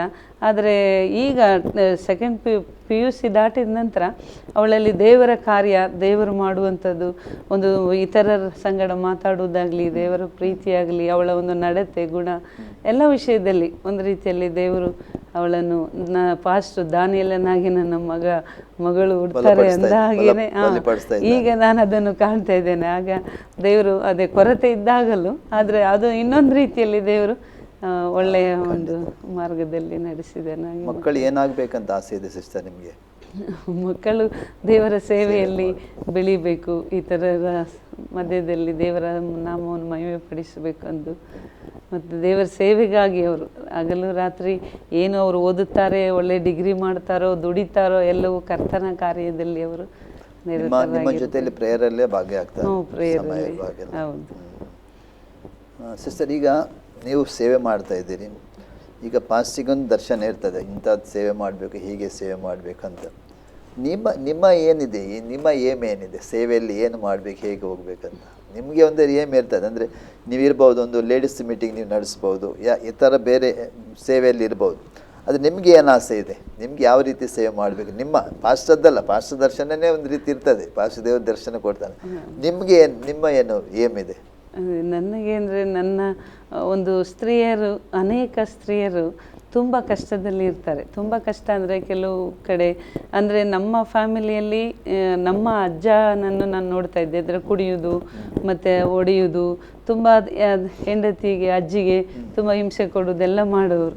ಹಾಗೆ ನನಗೆ ಈ ಕ್ರಿಸ್ತನಲ್ಲಿ ಬಂದು ಮತ್ತು ಈಗ ನಾವು ನೋಡ್ತಾ ಇರುವಾಗ ಅನೇಕ ಲೇಡೀಸು ಏನು ಹೇಳ್ಕೊಳ್ಳಿಕ್ಕೆ ಆಗೋದಿಲ್ಲ ಇತರರ ಮಧ್ಯದಲ್ಲಿ, ತುಂಬ ಕಷ್ಟದಲ್ಲಿ, ಬಡತನದಲ್ಲಿ, ಮತ್ತು ಗಂಡನಿಂದ ಹಿಂಸೆ ಮತ್ತು ನೆರೆಕರೆಯವರಿಂದ ಹಿಂಸೆ, ಮಾತ್ರ ಅಲ್ಲ ಈ ಮಾಟ ಮಂತ್ರಗಳಿಂದ ಸಿಲುಕಿ ತುಂಬ ಅವರ ಒಂದು ಸ್ಥಿತಿ, ಊಟಕ್ಕೂ ಕಷ್ಟ. ಸೊ ಅವರು ಕೂಲಿ ಮಾಡಿ ತಂದ್ರೇ ಊಟ, ಮತ್ತು ಮಕ್ಕಳು, ಅವರ ಒಂದು ನೋವು, ಅದನ್ನೆಲ್ಲ ನೋಡುವಾಗ ದೇವರು ಅಂಥವರಿಗೆಲ್ಲ ಬಿಡುಗಡೆ, ಒಂದು ಸಂತೋಷ ಕೊಡಬೇಕು, ಕ್ರಿಸ್ತನ ಕಡೆಗೆ ಬರಬೇಕು, ಇಲ್ಲಿ ಒಂದು ನಿಜವಾದ ಸಮಾಧಾನ ಎಲ್ಲಿದೆ ಅಂತ ಅವರು ತಿಳ್ಕೊಳ್ಬೇಕು, ಅವರನ್ನು ನಡೆಸಬೇಕು ಕರ್ತನ ಕಡೆಗೆ ಎನ್ನುವಂಥ ನನಗೊಂದು ಭಾರ. ಹಾಗಾಗಿ ದೇವರ ಜನರನ್ನು ಕರ್ತನ ಕಡೆಗೆ, ಇಂಥ ಒಂದು ಸ್ತ್ರೀಯರು ದೇವರಲ್ಲಿ ನೆಮ್ಮದಿಯಾಗಿ ಅಂದರೆ ಕಷ್ಟದಲ್ಲಿ, ವೇದನೆಯಲ್ಲಿ ಅಂದರೆ ಅನೇಕ ಸ್ತ್ರೀಯರು ತಮಗೆ ಒಳಗಿರುವಂಥ ಕಷ್ಟಗಳು, ನೋವುಗಳು, ರೋಗಗಳು ಹೇಳಿಕ್ಕೆ ಹೋಗೋದಿಲ್ಲ. ಅಂದರೆ ದೇವರ ಅಂಥವರ ಮಧ್ಯದಲ್ಲಿ ನಿಮ್ಮನ್ನು ನಡೆಸ್ತಾನೆ, ಅಂಥವ್ರನ್ನು ಸಂತೈಸೋದಕ್ಕಾಗಿ, ಅವನ್ನ ಬಲಪಡಿಸೋದಕ್ಕಾಗಿ ಎಲ್ಲ ಆ ರೀತಿ ಸೇವೆ ಮಾಡಬೇಕಾದ ಆಶೆ ಇದೆ. ಸಿಸ್ಟರ್, ಈಗ ನಿಮ್ಮ ಊರಿನಲ್ಲಿ, ಇಲ್ಲೆಲ್ಲ ನಿಮ್ಮ ಊರಿನಲ್ಲಿ ಹಾಸನ, ಅಲ್ಲಿ ಈಗ ನಿಮ್ಮ ಸಂಬಂಧಿಕರೆಲ್ಲ ಸಾಧಾರಣ ದೇವರಲ್ಲಿ ಬಂದಿದ್ದಾರೆ? ನಾವು ಸಂಬಂಧಿಕರೆಲ್ಲ ಬಂದಿದ್ದಾರೆ. ಬಂದಿದ್ದಾರೆ. ಹೌದು. ನನ್ನ ತಂದೆಯ ಸಂಬಂಧದವರು ಇಲ್ಲ, ನನ್ನ ತಾಯಿಯ ಸಂಬಂಧದವರೆಲ್ಲರೂ ಬಂದಿದ್ದಾರೆ. ದೇವರಿಗೆ ಸ್ತೋತ್ರ. ಅಂದರೆ ಯಾಕಂದರೆ ನಮಗೆ ಅಂದರೆ ವಾಕ್ಯ ಕೂಡ ಹಾಗೆ ಹೇಳ್ತದೆ, ನಾವು ದೇವರಲ್ಲಿ ಒಂದು ಬೆಳಕಾಗಿದ್ದೇವೆ ಅಲ್ಲ. ಈಗ ನೀವಲ್ಲಿ ಸೇವೆ ಮಾಡ್ತಾ ಇದ್ದೀರಿ, ಸೇವೆ ಮಾಡ್ದಂದರೆ ಅದು ಲೋಕದ ರೀತಿ ಅಲ್ಲ. ದೇವರಲ್ಲಿ ಇದ್ದುಕೊಂಡು ಸೇವೆ ಮಾಡುವಾಗ ಮಾತ್ರ ದೇವರು ಏನು ಮಾಡ್ತಾನೆ ಏನಂದರೆ ಜ್ಞಾನಿಯು ಆತ್ಮಗಳನ್ನು ಆಕರ್ಷಣೆ ಮಾಡ್ತಾನಂತೆ. ಜ್ಞಾನಿ ಅಂದರೆ ನಾವು ಜ್ಞಾನಿಗಳಲ್ಲ, ಜ್ಞಾನಿ ದೇವರು, ನಮ್ಮ ಜ್ಞಾನಿ ದೇವರು. ಈಗ ಆತ್ಮ ಆಕರ್ಷಣೆ ಆಗಬೇಕಾದ ಜನರಲ್ಲಿ ಬರಬೇಕಾದ್ರೆ ಅಲ್ಲಿ ನೀವೊಂದು ಸಾಕ್ಷಿಯಾಗಿ ನೀವೊಂದು ಬೆಳಕಾಗಿದ್ದ ನಿಮಿತ್ತವಾಗಿ ಅಲ್ಲಿ ಜನರು ಬರ್ತಾರೆ ವಿನ ಹಾಗಾದರೆ ಅದು ಸುಮ್ಮನೆ ಅಲ್ಲಿ ಬರೋದಿಲ್ಲ. ಜನರು ಸುಮ್ಮನೆ ಬರೋದಿಲ್ಲ, ದೇವರ ಕಾರ್ಯ ಅಲ್ಲಿ ನಡೀತಾ ಇದೆ. ಅದಕ್ಕಾಗಿ ಜನರು ಆ ಕಡೆ ಈ ಕಡೆ ಬರ್ತಾ ಇದ್ದಾರೆ. ದೇವರಿಗೆ ಸ್ತೋತ್ರ. ಅವರ ಮಧ್ಯದಲ್ಲಿ ಕೂಡ ದೇವರು ನಿಮ್ಮನ್ನು ಸೇವೆಯಲ್ಲಿ ಬಲವಾಗಿ ಉಪಯೋಗ ಮಾಡ್ತಾ ಇದ್ದಾನಲ್ಲ. ಆಗಲಿ ಸಿಸ್ಟರ್. ಇನ್ನು ನಾನು ಒಂದು ಕಡೆಗೆ ಪ್ರಶ್ನೆ ಅಂದರೆ, ಈಗ ನೀವು ಪಾಸ್ಟರ್ ಜೊತೆಲೇ ಸೇವೆ ಮಾಡ್ತಿದ್ದೀರಿ. ನಿಮ್ಮ ಅಂದರೆ ಈಗ ಮುಂದೆ ನಿಮ್ಮ ಸೇವೆ ಅಲ್ಲೇ ಇರಬೇಕಾ, ಅಲ್ಲೇ ಸೇವೆ ವಿಸ್ತರಣೆ ಆಗಬೇಕಾ, ಬೇರೆ ಬೇರೆ ಕಡೆಯಲ್ಲಿ ನಿಮ್ಮ ಸೇವೆ ಸ್ಥಾಪನೆ ಆಗಬೇಕಾ, ಅಂಥದ್ದು ಏನಾದ್ರು ಉದ್ದೇಶ ಇದೆನಾ? ಹಾಗೆ ಉಂಟು. ಕರ್ತನು ವಾಕ್ಯದ ಮುಖಾಂತರ ದೇವರು ಮಾತಾಡಿದ್ದಾರೆ ಮತ್ತು ಆ ದರ್ಶನ ಉಂಟು. ದೇವರು ಅನೇಕ ಕಡೆ ಸೇವೆ ಸಭೆಗಳು ಸ್ಥಾಪಿಸಲ್ಪಡಬೇಕು, ಸುವಾರ್ತೆ ಎಲ್ಲ ಕಡೆ ಹಬ್ಬಲ್ಪಡಬೇಕು, ಮತ್ತು ತಿಳಿಯದ ಒಂದು ಹಳ್ಳಿಗಳು ಇದೆ ಅಂಥ ಕಡೆಗೂ ಸುವಾರ್ತೆ ಸಾರಲ್ಪಡಬೇಕು. ನಾವು ಅಂತ ಒಂದು ಆಸೆ ಉಂಟು. ಓಕೆ. ಅಂದರೆ ಈಗ ಇರುವಂಥ ನಿಮ್ಮ ಸ್ವಂತ ಸಭೆ, ಸ್ವಂತ ಕಟ್ಟಡ, ಮನೆ ಸ್ವಂತ ಕಟ್ಟಡದಲ್ಲಿ ಮಾಡ್ತಾ ಇದ್ದೀರಿ. ನೀವು ಸೇವೆ ಮಾಡಿ ಎಷ್ಟು ವರ್ಷದ ನಂತರ ನಿಮ್ಮ ಸ್ವಂತ ಸ್ಥಳಕ್ಕೆ ಬಂದ್ರಿ? ನಾವು ಈಗ ಮಂಗಳೂರಲ್ಲಿ ನೀವು ಅದೇ ಸೂರತ್ಕಲ್ನಲ್ಲಿ 18 ವರ್ಷಗಳನ್ನು ಸೇವೆ ಮಾಡ್ತಾ ಬಂದ್ರಿ. ಈ 18 ವರ್ಷದಿಂದ ನೀವು ತುಂಬ ಕಷ್ಟಪಟ್ಟಿದ್ದೀರಿ, ನಿಮ್ಮ ತುಂಬ ವೇದನೆ ಅನುಭವಿಸಿದ್ದೀರಿ, ತುಂಬ ದುಃಖ ಪಟ್ಟಿದ್ದೀರಿ. ಆ ಪ್ರಾಂತದಲ್ಲಿ ಸುಲಭ ಅಲ್ಲ ಸೇವೆ ಮಾಡೋದಕ್ಕೆ. ಅನೇಕ ಕಷ್ಟಗಳ ಮೊದಲೇ, ದುಃಖದ ಮೊದಲು, ಸಮಸ್ಯೆ ಸೇವೆ ಮಾಡಿದ್ದೀರಿ. ದೇವರಿಗೆ ನಂಬಿಕಸ್ಥರಾಗಿ ಸೇವೆ ಮಾಡಿದ ನಿಮಿತ್ತವಾಗಿ ನಿಮಗೆ ಸ್ವಂತ ಕಟ್ಟಡ, ದೇವ ಸ್ವಂತ ಕೊಟ್ಟಿದ್ದಾನೆ. ಎಷ್ಟು ವರ್ಷ ಆಯ್ತು ಸ್ವಂತ ನೀವು ಮಾಡಿ? ಈಗ ಸ್ವಂತ ಒಂದು 3 years, ಅಂದರೆ ಸೈಟ್ ತಗೊಂಡು 6 years ಆಯಿತು. ಈಗ ಕಟ್ಟಡ ಕಟ್ಟಿ 3 years ಕಳೀತು. ಆ ಕಟ್ಟಡ ಸೈಟ್ ತಗೊಳ್ಳೋದಕ್ಕಿಂತ ಮುಂಚೆ ಒಂದು ಪಣಂಬೂರಿನಲ್ಲಿ ಬರುವಾಗ ಮಂಗಳೂರಿಗೆ, ಸೂರತ್ಕಲ್ಲಿಂದ ಮಂಗಳೂರಿಗೆ ಒಂದು ಪ್ರೇಯರ್ಗೆ ಹೋಗ್ತಾ ಇದ್ದೆವು. ಆ ಸಮಯದಲ್ಲಿ ನಮ್ಮ ಹತ್ರ ಓಮಿನಿ ಇತ್ತು. ಆ ಟೈಮಲ್ಲಿ ನಮ್ಮದು ಒಂದು ಪ್ರೇಯರ್ ಗ್ರೂಪ್ ಅಂತ ಇತ್ತು. ಅವರನ್ನು ಇವತ್ತು ಇಲ್ಲಿ ಪ್ರೇಯರ್ ಮಾಡೋದನ್ನು ಮಂಗಳೂರಿನಲ್ಲೇ ಒಂದು ಪ್ರೇಯರ್ ಇಟ್ಕೊಂಡಿದ್ರು. ಅಲ್ಲಿಗೆ ಹೋಗೋಣ ಅಂತೇಳಿ ನಾವು ಹೋಗ್ತಾ ಇದ್ವಿ. ಆ ಸಮಯದಲ್ಲಿ ಒಂದು ದೊಡ್ಡ ಆಕ್ಸಿಡೆಂಟ್, ಅದನ್ನು ನನಗೆ ಹೇಳೋದು ಮರೆತು ಬಿಟ್ಟೆ. ಆವಾಗ ನಿಜವಾಗಿಯೂ ನಾವು ಸ್ವಂತ ಸ್ಥಳಕ್ಕೆ ಬರಲಿಕ್ಕೆ ಪುನಃ ನಾವು ಸತ್ತು ಬದುಕಿ ಆ ಒಂದು ಹೊಸ ಸ್ಥಳಕ್ಕೆ ಸೇರಿದ್ದೇವೆ. ದೇವರ ಆ ರೀತಿಯಲ್ಲಿ ಆ ಒಂದು ಟ್ಯಾಂಕರ್ ಗಾಡಿ ಮುಂದೆ ಇದೆ, ಮಧ್ಯ ನಮ್ಮದು ಓಮಿನಿ, ಹಿಂದೆ ಇನ್ನೊಂದು ನೀರಿನ ಟ್ಯಾಂಕರ್. ಅದು ನೀರಿನ ಟ್ಯಾಂಕರ್ ಬಂದು ಗುದ್ದಿರೋದು ನಮಗೆ ಗೊತ್ತಿಲ್ಲ. ನಾವು ಹೋಗಿ ನಿಲ್ಲಿಸಿದಷ್ಟೇ ಹೋಗಿ ಟಿಂಬರ್ ಗಾಡಿ ಒಳಗಡೆ ನಮ್ಮ ಓಮಿನಿ ಒಳಗೆ ಹೋಗಿ ಸೇರಿಬಿಡ್ತು. ಹೋಗಿ ಗಾಡಿ ಬುರ್ರು ಅಂತ ತುಂಬ ದೊಡ್ಡ ಸೌಂಡು, ಇನ್ನು ಒಳಗೆ ಕಬ್ಬು ಗಾಣಕ್ಕೆ ಕೊಟ್ಟಾಗ ಹೋಗ್ತದಲ್ಲ ಹಾಗೆ ಹೋಗ್ತಾ ಇದೆ. ಪಾಸ್ಟ್ರು ನಾನು ಮುಂದೆ ಇದ್ದೇವೆ, ಇನ್ನು 4 ಜನರು ಹಿಂದೆ ಇದ್ದಾರೆ ಬಿಲಿವರ್ಸು. ಫುಲ್ಲು ಹೋಯ್ತು ಪಾಸ್ಟ್ರದ್ದು ಬಾಡಿ ತನಕ, ಇಲ್ಲಿ ತನಕ ಅದು ಟಿಂಬರ್ದು ಗಾಡಿ ಬಂತು. ನಾವು ಪಾಸ್ಟ್ರದ್ದು ಇಷ್ಟು ಎಲ್ಲ ಕಲಸಿ ಹೋಗಿದೆ, ಮುಗೀತು ಅಂತ ಹೇಳಿ ಅಂದ್ಕೊಂಡು ಅಷ್ಟೊತ್ತಿಗೆ ಒಡೆದಾಗಿ ಹೋಗ್ತಾನೆ ಇದೆ. ಹೇಗೆ ಮಾಡೋದು ಅಂತ ಗಾಜೆಲ್ಲ ಒಡೆದು ಹೊರಗೆ, ವಿಂಡೋಯಿಂದ ಹೊರಗೆ ನಾವು ಇಳಿಲಿಕ್ಕೆ ನಾನು ಟ್ರೈ ಮಾಡಿದೆ. ನಂತರ ಯಾರು ಬಂದು ಸಹಾಯ ಮಾಡಿದರು. ಮತ್ತೆ ನೋಡುವಾಗ ನಾನು ಮತ್ತು ನಮ್ಮ ಬಿಲಿವರ್ಸ್ ಹೇಗೋ ಇಳಿದೆವು. ಎಲ್ಲ ಡೋರೆಲ್ಲ ಜಖಮಾಗಿತ್ತು, ಯಾರೋ ಕಿತ್ತು ಎಲ್ಲ ಇಳಿಸಿದ್ರು. ನಂತರ ನೋಡುವಾಗ ಪಾಸ್ಟ್ರದ್ದು ತೆಗಿಲಿಕ್ಕೆ ಆಗಲಿಲ್ಲ, ಫುಲ್ ಇಲ್ಲಿ ತನಕ ಟಿಂಬರ್ ಗಾಡಿ ಮೇಲೆ ಬಂತು. ನಂತರ ನೋಡುವಾಗ ಇದು ಏನು ಪೊಲೀಸ್ ಅವರು ಇವರೆಲ್ಲ ಬಂದರು. ಮತ್ತು ತೆಗೆಯುವಾಗ ನೋಡುವಾಗ ಸುಮಾರು ಒಂದು 3/4 ಗಂಟೆ ಅವರನ್ನು ಹೊರಗೆ ತೆಗಿಲಿಕ್ಕೆ ಆಗಲಿಲ್ಲ. ನಂತರ ನಾವು ಆಂಬುಲೆನ್ಸಿಗೆಲ್ಲ ಫೋನ್ ಮಾಡಿ ರೆಡಿ ಇಟ್ಕೊಂಡಿದ್ವಿ, ತೆಗೆದ ಕೂಡಲೇ ಹಾಸ್ಪಿಟಲ್ಗೆ ಹೋಗ್ಬೇಕೆಂಬುದಾಗಿ. ನಂತರ ಎಲ್ಲ ಕಿತ್ತು ಎಲ್ಲ ಇದು ಮಾಡಿ ತೆಗೆದ್ರು. ನೋಡುವಾಗ ನಿಜವಾಗ ಒಂದು ಶೂ ಕೂಡ ಟ್ವಿಸ್ಟ್ ಆಗಲಿಲ್ಲ. ಅಂಥ ರೀತಿಯಲ್ಲಿ ದೇವರು ಅದ್ಭುತವಾಗಿ ಏನೂ ಆಗದ ಹಾಗೆ ಅವರನ್ನು ತೆಗೆದು ಕೆಳಗೆ ಇಟ್ಟರು.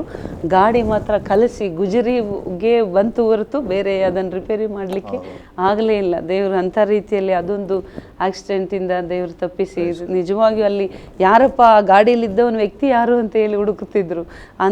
ಆವಾಗ ನಾನು ಅಲ್ಲಿಗೆ ದೇವರು ಅವರನ್ನು ಜನರು ತೆಗೆದು ಇಟ್ಟ ಕೂಡಲೇ ದೇವರಿಗೆ ಸ್ತೋತ್ರವಾಗಲಿ, ಯೇಸುವೇ ನಿನಗೆ ಸ್ತೋತ್ರ ಅಂತ ಅಲ್ಲೇ ಕೂಗಿಬಿಟ್ಟೆ. ದೇವರ ಅಂಥ ಒಂದು ಸಾಕ್ಷಿ ಅದ್ಭುತವಾಗಿ ನಮ್ಮನ್ನು ಬದುಕಿಸಿದನು. ಅದಾದ ನಂತರ ನಾವು ಜಾಗ ತೆಗೆದುಕೊಂಡ್ವಿ ಮತ್ತು ಮನೆ ಹಾಲು ಎಲ್ಲ ಕಟ್ಟಿದ್ವಿ.